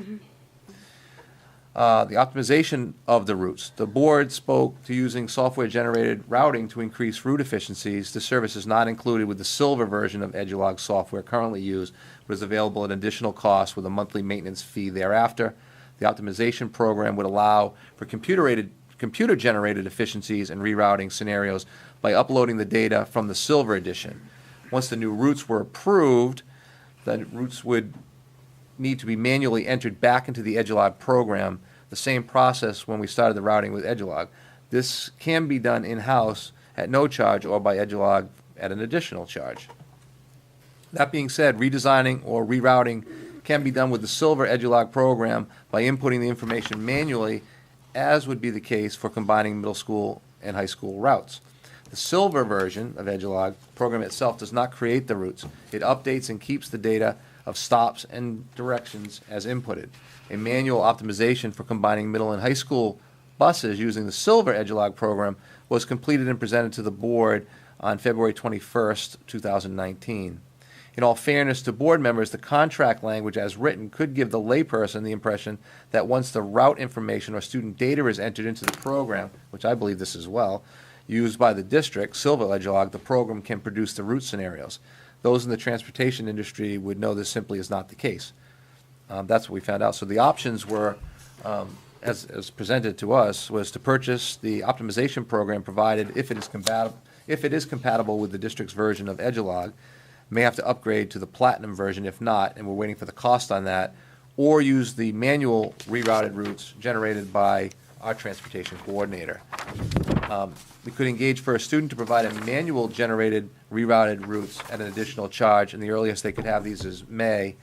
The EduLog transportation software licensed with TRSD and per contract TRSD gives first student access to the EduLog program, silver version, for the purpose of updating existing routes and stops as it pertains to daily, yearly student changes of addresses and grade. So that was pretty comprehensive, I think, look at what you asked us to look at. There were some simple questions. Can we have this done by? Can we have this done by? Can we have this done by? I think now we have to make some decisions, not necessarily in the next 2 minutes, but we have to make some decisions about, are we going to upgrade? Are we going to purchase something? Are we going to ask somebody to do this manually? Is this something? How aggressive can we be with this and get some answers in that regard? Okay. Jen? I would be curious about the cost for that, because it sounds as though if we do upgrade, that it's something that, no matter what we decide to do, can be used on an ongoing basis, year to year, to really find some efficiencies throughout the routes in the district. And would be, it sounds like, when I heard what our transportation coordinator said about how time-consuming some of this could be, that it might be worthwhile doing to even help out with that aspect of it. Because, do you mind if I speak on that, Right on, Kathy. Mr. Chair? I sat with Sandy a lot, trying to work this out, trying to articulate what the board was asking, what the end result was going to be. And the end result is that the board was looking for a software-generated routing routes, so that they could look to see if something was even more efficient. What was explained is that, yes, you can use the optimization. It takes the data from the silver version, if it works with the silver, but it takes it from the regular EduLog, and it creates the scenarios. There's a lot that goes into that part. And then once those are done, all that information still has to be manually put back into the EduLog system again. So even though it's going to create scenarios, generate scenarios, what you decide to use as routes at the end still needs to be manually uploaded back into the EduLog program.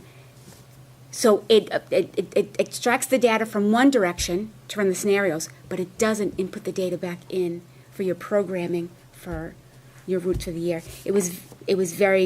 I'm surprised it didn't, but that's. So is it two different systems? It is. Well, it is. It's all but they're not EduLog, really but there's an compatible. optimization. Well, I think that because there were several versions that the district could have bought when they originally purchased it. And so at the time, they thought, well, we only need it for the silver. So they bought the silver version, believing that because they did it manually, they ran efficiently, they felt that way. They didn't want to pay for extra things. At the time, they made what they thought was the best decision.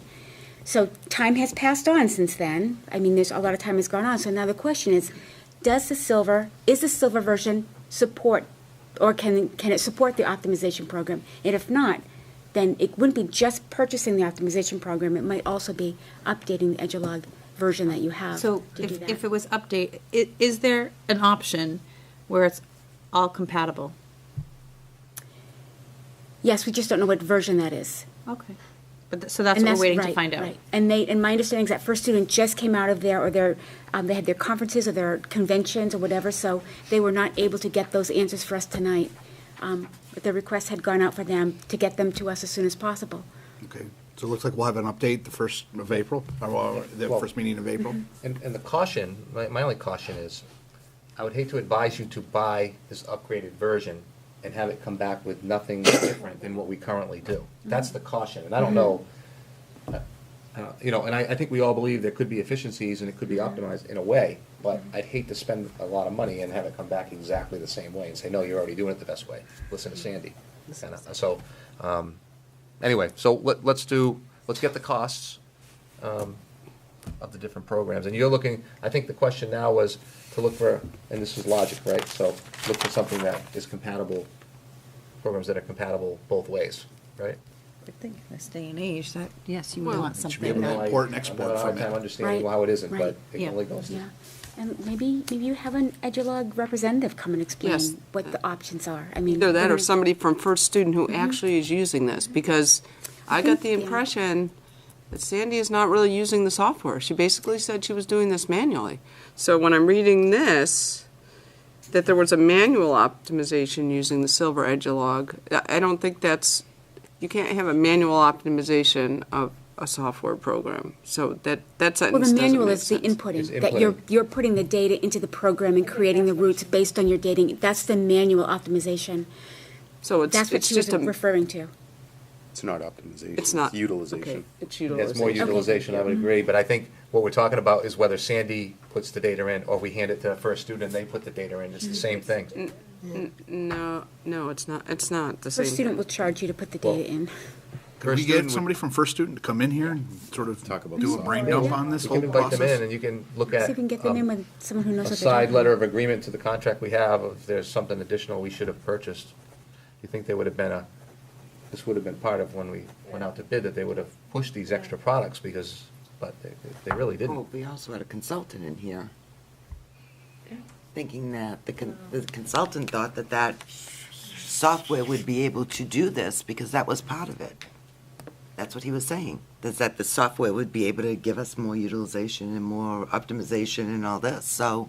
But does anybody ever remember hearing silver, gold, platinum, No. bronze? No. Like, I don't. No. I remember hearing it, but I Just just the thought term that it software, existed. not It all was, software, it software. was a Talking generic in package that generalities. did routing. Yeah. So It doesn't do routing. You gotta put it in there to do routing. Right. All right, so So- we'll invite a representative in to come in and explain. Sue?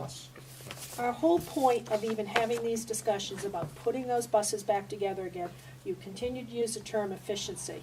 And efficiency to me doesn't mean cost more money that we don't have in the current budget to get maybe more efficiency or maybe not efficiency. I'm going back to 20 routes where there'd be not an efficiency with only 8 routes with improvements. So if you're gonna use the term efficiency, this isn't efficient. We haven't been efficient with this at all. We pushed this off. We were gonna vote, and then we weren't gonna vote because Jen wasn't at the meeting. And then we weren't gonna vote tonight because Lee said he wasn't gonna be at this meeting. So we pushed off a vote or any other discussion. So now we've got more data. I'm not saying that's very efficient. I'm appalled that we continue to not know about software packages and stuff. Kim? Well, I'm just but Sue, I agree with you. I'm appalled that this is the first time we're hearing about software packages, and we've been discussing transportation and combining buses for what, a year and a half? Yeah. So, and as far as the vote goes, we've already voted. We voted to combine the buses. I know, but there was some consideration by members of this board to reconsider. Lee was interested in reconsidering. We didn't want to do it without Jen here. Kristen was very emphatic that Jen be here, and I agreed. Okay. So, and now we're getting more information as we've moved along Okay. about it not being efficient. And I don't think that transportation consultant even did what we would wanted him to do. Well, we have the report. I still have that report. I want to Me go too. back and take a look at it. Yeah. Okay, Jen? I do think it's unfortunate that we feel like, I don't want anybody to feel like this is a rushed thing, but I brought this up about a year, in May, almost a year ago, 10 months ago. So, I don't know why, I guess I appreciate everybody wanted to wait till I was here to have that discussion, but I've been sitting here since May of 2018, waiting to have the discussion. Well, I think I think it needs to go back on in the next 2 weeks. We still have time we need to move forward with this. Yeah. And I don't think it hurts to buy software to optimize the route. I don't know why you wouldn't want to do optimization of the routes in this day and age. I would like to understand what that software is, because obviously what we have isn't what we thought we had. Right, yeah. And it just seems silly to me that you would have to manually do all this because you have this and they don't talk to one another. It's silly to me that we don't have any software that optimizes the route, period. When you're talking about a school district that's geographically so large, we're not To like, gain any efficiency in routes. it's, Lee? And then Dr. Metzer? Yes, you all know where I stand on the combining of the routes. That's not what I want to discuss. I still think it's worth it to have a discussion with the vendor to see. So, a large portion of my business outside of the school board deals in software, and what I find is a lot of my customers don't know about certain capabilities. They buy a software package from us, and they're not even exploiting the full potential. So that could be the case right now. We may have it. We just don't know, even on the import-export. So it'd be worth it to have a discussion to bring them in for that. And even, I'm against the combining of the buses, but I think it's still worth looking at optimization, because there could be efficiencies that we gain out of that, whether that includes or doesn't include combining buses. So I think it's important we bring them in here and just have a discussion on the full capabilities of their software package and talk about rates. Okay. Dr. Metzler? And I just don't want to, I don't want to misspeak about this. Sandy, I don't recall hearing silver, platinum, gold, and all these different, but I do recall them several times talking about additional software that we have to purchase. It just wasn't, I didn't know about this. This isn't compatible with this, and, we're getting further and further down the road here. So we'll get the representatives in and say like, okay, well, this is what we're looking to do. What do we need? Okay. Right? Those conversations are taking place, but I think I'd rather have them here, because this is hard to interpret No. through several different people. I mean, we can sort of lay out, I think everybody's vision is to keep the time narrowed. I mean, how do we make it happen? What can we provide you or you provide us to make it happen? So it's Yeah, I think- basically having the discussion with them, as I agree. Yeah, and efficiency to me is like, save us money or save us Time. time on the bus. Give me one of those two things, like either or, and I think it's a win. So we'll work that out. We'll have some here for the next meeting. So are we talking the software company and That's what I put down for the student note. Software just or for for student? student? Yeah. Or both? or both? Anybody responsible for delivering on what you're asking us to get done? So, Well, they may not Software. have, that's what I'm saying, For a first student might student. not have the answer from, Yeah. that's why I'm asking. Right, but we know what you want. All impacted parties. And Perfect. that's Same. answers about the program. can I move on? Correct. Okay. I want to take this opportunity to thank two administrators that I've asked quite a bit from since our last meeting. That's Brian Shawley and Dan Woodworth.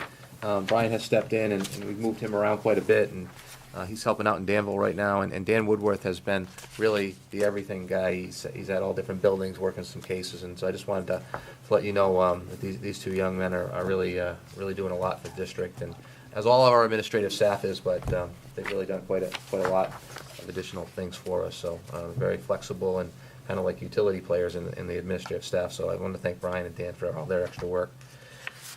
District is in receipt of 3 donations. Okay, first, on behalf of the school district, I accepted a $500 donation from the Louis G. Roy Dickerman Fund for the use in the football program. That donation is for the Timberlane football boosters' participation in the New Hampshire Tackles Hunger program.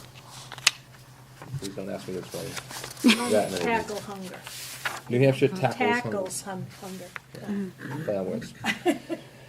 We're also in receipt of a donation from New Balance, and that's in the amount of $2,500, and that's for the use in the robotics program. This was vetted by SLT and is very much appreciated. Frank Cornelius is credited for these donations. This is the 4th donation, and board action is required to accept that $2,500 donation. Okay. Make that motion with gratitude. Second. Motion made by Lee, seconded by Jen. Any further discussion?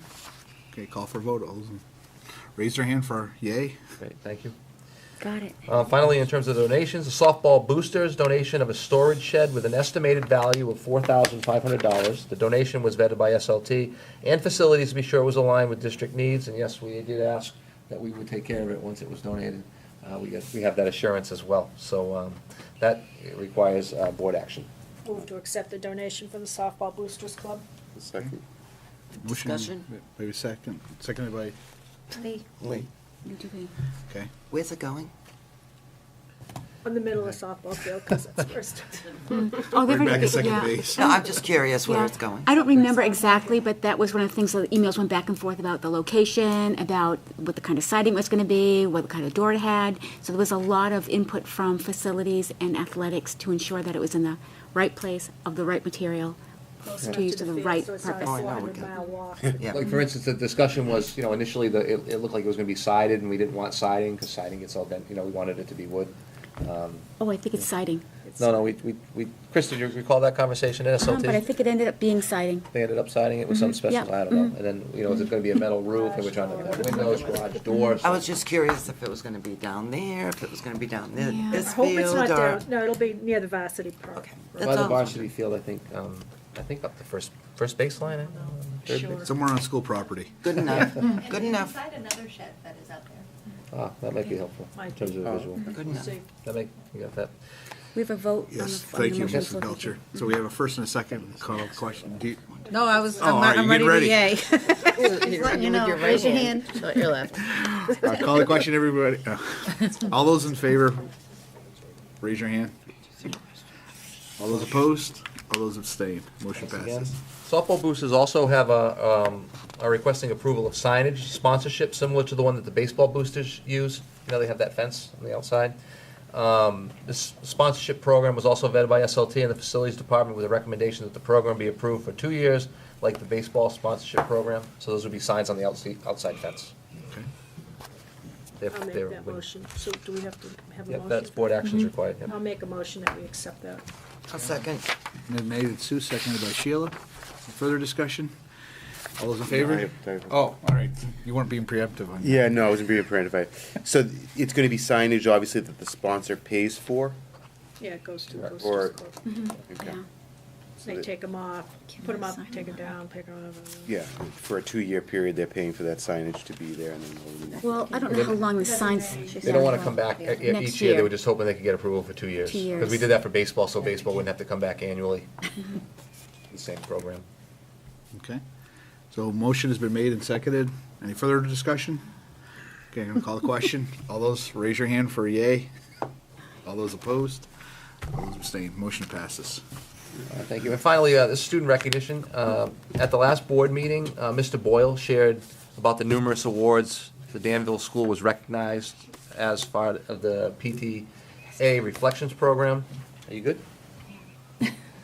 I'd like to formally recognize Danville student Joey Hester, who won first place for the state of New Hampshire last year and also won a merit award at the National PTA Reflections Program on January 22nd of this year. Joey traveled to Washington, D.C. to receive his award,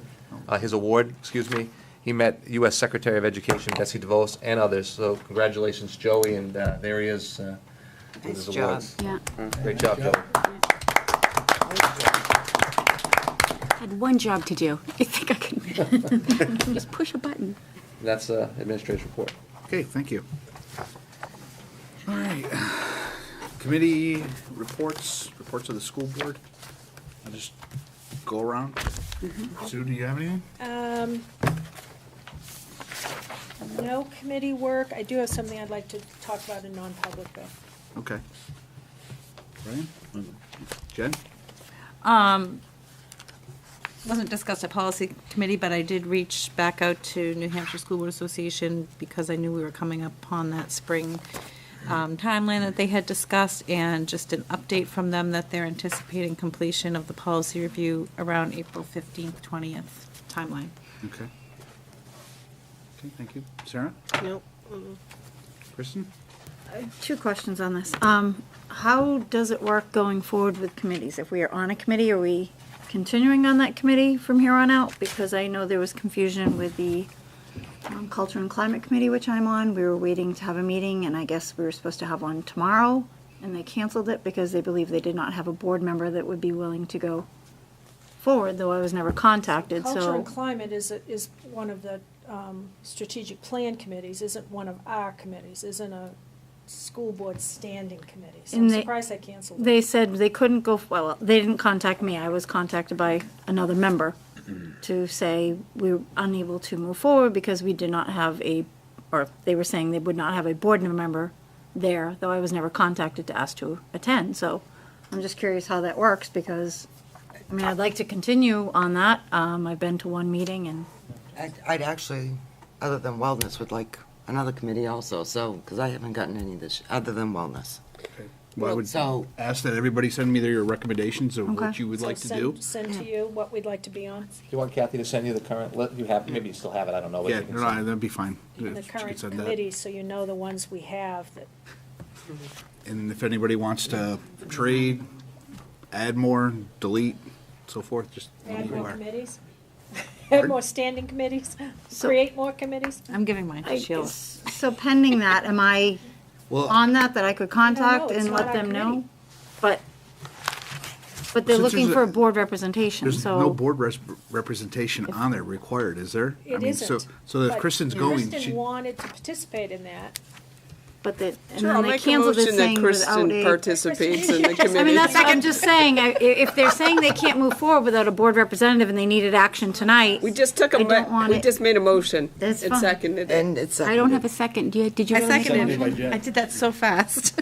You don't have a Once vote again, yet. it's not our committee, but we'd love it if you kept, continued to participate in that I don't- strategic plan. I don't want it to be held up because they think we don't have a Right.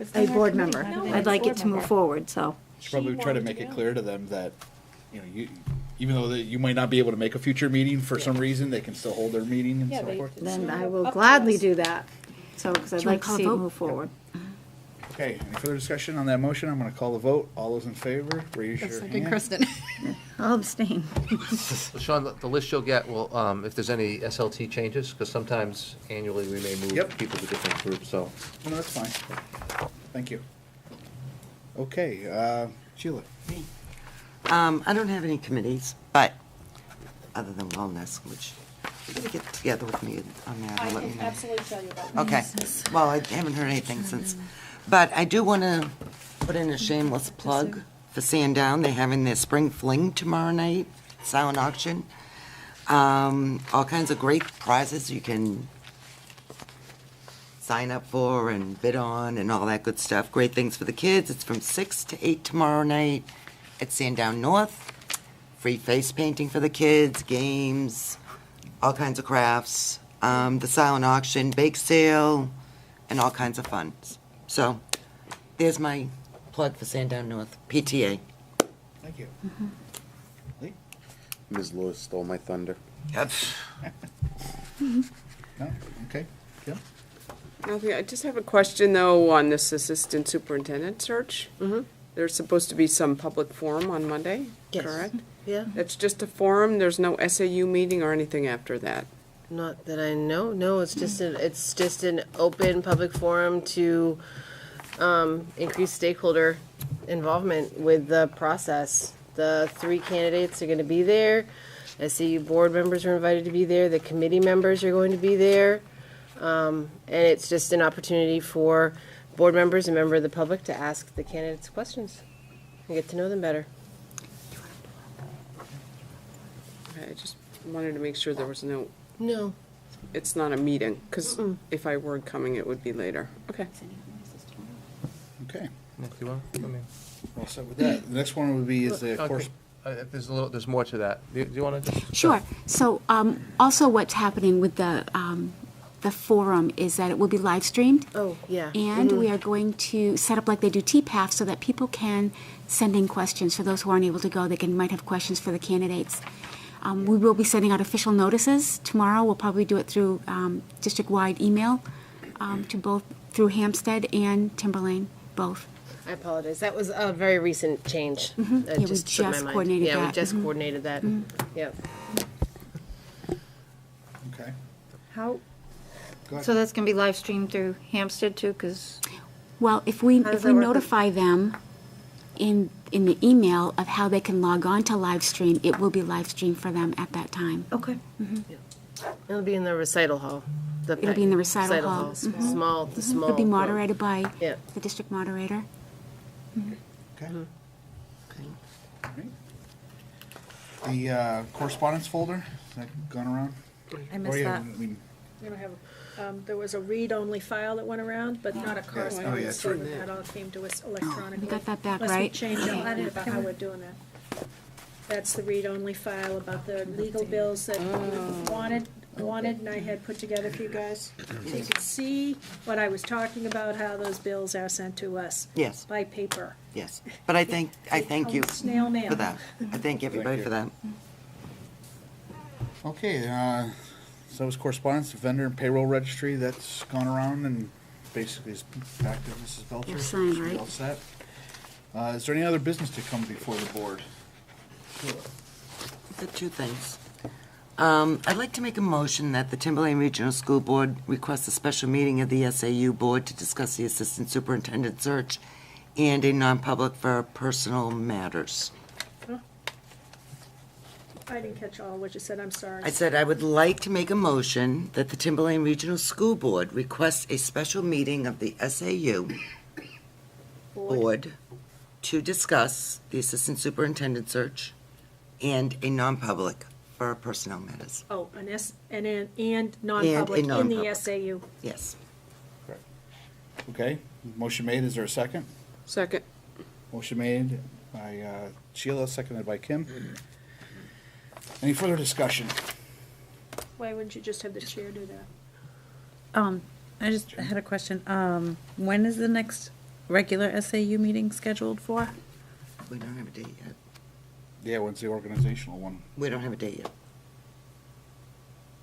Okay, Yeah, we don't have a date yet, so. We're looking at, what's today? First, you're looking at Something. 3 to 4 weeks. okay. Is there a date for the reorg meeting? Maybe Mrs. Belcher knows. No, there's no date for the There's reorg not. meeting. It has to be in April. Typically the board, the SAU board, at one of their last meetings would have done that, and they did not. So Okay. how are we going to do that now? I don't know the answer to that question. All right, I think we gotta find, we're in like, I would say in a legal quagmire here. Change your motion to request a reorganization meeting. And who are we requesting the Well, we can't have that reorganization until meeting April, with? though. Yeah, if we, Tomorrow's April. It's April by the time we get it going. no, I understand that, but Today's the 21st. who's gonna even set the date? We don't even have a date, and who's gonna create that? I'll create the date. I'm the Why acting isn't the chair. vice chair do it? Okay, I would agree with that. Do you wanna pick a So I date? would modify your motion. But as acting chair of the SAU, I'm going to request that we have a, Mrs. Belcher, could you schedule the reorg meeting for April 10th? Does anybody have an issue with that? and notify Hampstead as soon as possible? I'll be out of town. What day is the 10th? It's a Wednesday. Don't we usually meet on Wednesdays? Can't we do the 3rd? What? The 3rd? That's not enough You time. won't be able to. We've got to give the Hampstead board enough notice here. We have a motion. Did we get a second on the motion? We do. Yeah, there was. Sheila made it. and Yeah, We're in- Kim. We're in the seconded it. discussion. We're in We discussion. want to amend the motion. Well, Sue said, I changed the motion. I would Amend. start all over again. Okay. Make the motion that So you withdraw your have motion. Dr. Farah as the vice chair of the board. Yep. Set a date for the reorg meeting, and if it's the 10th, that's how I wouldn't do it. Would that be all right with you, Dr. Farah, what, to do that? to make that motion? Because I don't want to put you on the spot either, so I'm asking you if that would be okay with you as the vice chair. Yeah, I don't need to make a motion as the chair. No, it's my motion. She's Oh, wants to to make withdraw a my motion second. to ask you Right. to do Yeah, it. that's fine. Okay, we're both withdrawing then. So the consensus is now is that Kim as the acting chair of the SAU, Vice chair. Was the or the vice chair. Yes, I am okay. Vice As the chair. vice chair, it doesn't really matter. Set the meeting. Yes, I've set the meeting. Set the meeting. April 10th? Mm-hmm. Thank you. And how will we find out if we have enough people to have it? Well, I would imagine it'd be Kathy both. poll, Yeah. both boards, to get enough people here.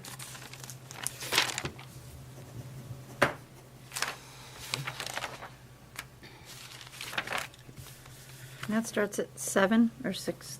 7. 7. 7. Okay. Do you have something else? Sean, I'm sorry, Brian. I just want to clarify, so I think you should make sure that the motion and the minutes reflect you as the vice chair, because there is technically no chair, because he's no longer an elected official. So instead of someone making a comment about chair versus vice chair, you are clearly the vice chair, acting in a capacity of chair, because there is no chair. Right. I would That's agree fine. with that That's statement. fine. The wise thing is to make sure the minutes reflect vice chair, so someone doesn't tell us 6 weeks from now, kicks it out Right. because of That's a fine. word. Could I just advise the board? Okay. Sure. Hampstead has an open seat. They have a meeting on Tuesday. They could very easily reappoint Jason Cipriano to their board, and he still would be an elected official, and he would still be the chair until the reorganizational meeting. So you gotta be careful with this. I would like to actually, I would humbly disagree with that. I think that we need to look at that from a legal point of view. They have. I just am advising the board, I think No. it's not something else we need to go into court over, right? I agree. I think we need to be collegial. I would check with their chair, you're doing the right thing pulling the board, but I would make a phone call to their chair, who's still Hampstead's chair, and just try to come up with something. I know right now you're saying the 10th, that's fine, and pull the boards, but I think, that's just my advice, take it or leave it. I don't- Okay. Well, can I just interject here? So that's interesting. So you already have this notion that they may appoint Jason Cipriano as chair? So they have an open seat, they could. Well, I think that's all beside the point. I know. I don't mean to be disrespectful, but that's beside the point, that the vice chair of the SAU has the right, and I put collegially, I would reach out to the current chair of the Hampstead Board, which is Mrs. Yasenka, and ask, we're trying to get a meeting together, because we didn't set a meeting. We didn't set a meeting. Let's do it on the 10th. I'm happy to do that. I'm happy to do that. I'll speak. Not argue about Brian? who's the chair. And Sean, I would suggest, who is our chair, call Mr. O'Shaughnessy, who is counsel, and just say, this is what we're doing. Because let the lawyer speak, but Hampstead could do that, but there's clearly been a break in service. If they were gonna do that, they should have done that before there was a break in service. So he can Right. get himself back on the board, but he's not on the board right now. Is that, Yeah, is that, valid point. But I appreciate Dr. Metzel's point, but let Jim handle that, because this might end up being a conversation real quick between Jim and Dean Eggert or whoever, Let's try to keep it collegial. There you go. I was just gonna ask, is that that sounds like it's a an SAU legal question, not so much a Timberland legal question. Because it's an SAU board meeting. Right. It's a Timberlane initiative. So I mean, the SAU board needs a reorg meeting, and we don't have one on the calendar, so has if to we're happen trying in to. That's what she's trying to do. Right, so that's that's what I'm saying, I think it would be an SAU legal question. It is, but Jim is our counsel, and unless it becomes a Let's get some conflict in between, and right now there is no conflict, it's more of a clarification. So, Jim, your counsel, you know, and so. It's counsel for both. Yeah. Right, so, So let that, whatever. But this board doesn't have that authority. Yeah, on an You SAU don't. I matter. understand, but you have the authority to find out. I'm just what- trying to do it collegially instead of forcing the action. We have to reorganize in April, we have to have a date, doing the right thing, pull the board, but I'd say just reach out to their chair so that it doesn't feel wrong. You know what I mean? We don't want to start that way in the spring. Just, No, we just want to start. I know. So Well, we have We're trying to reach start. out to their board, and if there's no problem with the 10th, we move forward. Don't contact O'Shaughnessy, because it just adds to our legal bill. If there's a problem and then we can't schedule it, then you have to reach out to Well, then O'Shaughnessy. we end up in April 15th, 16th, 17th, and That's normally been the date, around the middle of April. But Yeah, it is, yeah. I'm just remembering. Like the But we third always would Wednesday. set it before we left in February-ish, our last meeting, we would set a meeting for the spring, and we didn't do that. Because we thought we were going to have a meeting in February, and we didn't, Oh, so. right. So that's what February happened. 20th. Collegiality. So, Does it have to be a Wednesday night for you folks?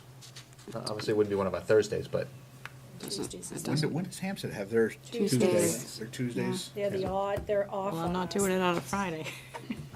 that's why sometimes it's tricky, because it goes Tuesday, Wednesday, Thursday, but, you know, and then the week after the 17th that's vacation week, so that's not a good week, and then we're into May, and you can't do it in May, you have to, so, you know, Kim's right on the right number, it's in there somewhere. So, you know, Okay.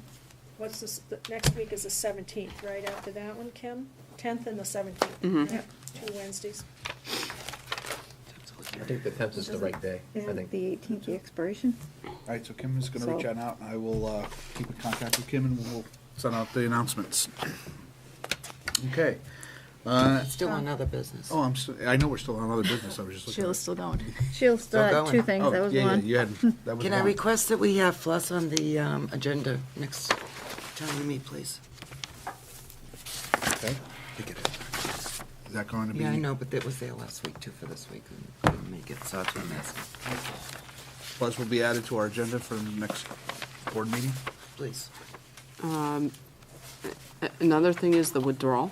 I don't know if it makes sense to have the moderator in here, because he's Yep. Plastow moderator to explain the. School district moderator? School district, Yeah. yeah. Kathy can update you on the process to the moderator if you want. Sure. You want me to I mean, speak? go I mean, ahead, Steve's already been in touch. Right, so I will be putting out a notice as well tomorrow. As the moderator, he appoints 4 community at-large members, and it is his desire to have a community member from each of the 4 towns. I will be posting the email address in which you can send your letter of interest to, maybe stating why you're interested in that.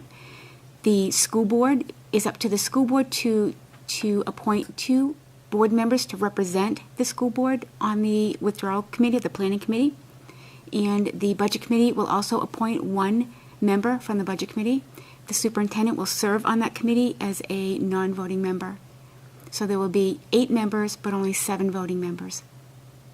When's the budget committee meeting? Yeah, that was my I question. think they're scheduled in the end of March. Typically, they have a meeting that they do, sometimes they cancel it, or they have their reorg meeting. And I think it's the end of March, but if not, it's beginning of April, but I can't tell you off the top of my head what it Is is. Mr. Muscola aware, because acting currently the chairman of will. that, is he aware of this? So Yeah, that they will be aware of that. It'll be an item on their agenda. So we should worry about our people. Mm-hmm. Who are we gonna send? Okay, Jen? Is there, did the moderator indicate a timeline for when he will be appointing? Because I'm anticipating that will be the longer process Yes. of the 3. I tried to pin him down with a date, and he said until filled, because he doesn't know what the interest will be. And so, and it's his discretion as to who he appoints the 4 community at-large members. once he fills the positions, I believe the RSA says they have 30 days That's to correct. meet, to start and have their initial meeting. So we've got some time to choose our two, but it That's why I was all, just trying it to all pin down a hinges timeline a on little when bit. Steve has the committee set and then says, go, and then you've got 30 days to meet. So we got, okay. So is that going to be part of our committee? I mean, I know it's not a school board standing committee, but committee. We should add it to there, because that will be basically a one-year assignment More. to do a task. So, Should get them on there for regular updates. Anyone interested? I mean, are there people here that are interested in being on that planning committee? okay. I know, I mean, it's basically, you know, some of your interest and stuff. I mean, you don't have to decide right this moment. Okay? Is there any other business to come before the board? two quick things. The school calendar, we spent a lot of time talking about it before, and I'm sure there's going to be questions on it, but I have a lot of questions on how it's developed, how it comes about, things that were talked about, days, hours, the teacher contract, all these things. And I had mentioned to Sue, following our last meeting, that I thought it might be beneficial to have a workshop, to sit down to understand it, so that when that comes before us, we can give a quick answer and not spend the time like we did, and move forward, because I don't, and I know Jen doesn't understand it as equally as I do, so I'll point you out too. So I just thought a workshop might be a beneficial thing for all of us. Takes it off of a meeting, but we can get into detail a little bit more, so I would like to see something like that done if the majority of the board agrees. So, Yep. that's number one. Number two, I'm gonna make a quick shameless plug, especially because I have somebody here with me. The Run of the Savages is coming up again, April 13th. We do this through Pollard School. T-shirt orders, deadline is tomorrow, but we have the person that kicks it off with this wonderful dance routine, Mr. James Pelletier, and I want to thank him because every year, Give us a preview? every year, I don't have the right clothes. he doesn't have the right clothes. He just picks this incredible song, and he gets everyone so pumped up for this event. And it's amazing. The kids, the second he gets the mic and they see him going, it's the energy that comes into that place is just incredible. So for what can be a very somber event, he brings a life to it that I just want to say thank you very much to him for. So, thank you. That's all. Whipping up money to get to you. Everybody else got anything to come before the board? Okay, with that, we're gonna go off into non-public and move, this is earlier for Dr. Metzler's, when we were talking about personnel. So that would be under 91C, I believe we're gonna go under. 91-A:3, paragraph 2, subsection C, matters which if discussed in public would adversely affect the reputation of any person other than a member. So with that, I Motion and seek a second. motion for that, to go into non-public, I'll make the motion. okay? I'll second it. Motion made by Sheila, seconded by Kristen. Mrs. Belcher, if you could take a roll call, please? Mr. Boyle? Yes. Mr. Doobie? Yes. Dr. Farah? Yes. Lowe's? Yes. Mrs. Malkamer? Yes. Mr. O'Neill? Yes. Mrs. Savage? Yes. Mrs. Sherman? Yes. Mrs. Silva? Yes. Sign in, 9:44. Okay, we're gonna go into non-public and we're going to come back out into public and adjourn at that point. So this is going to conclude our public broadcast. And thank you and have a good night.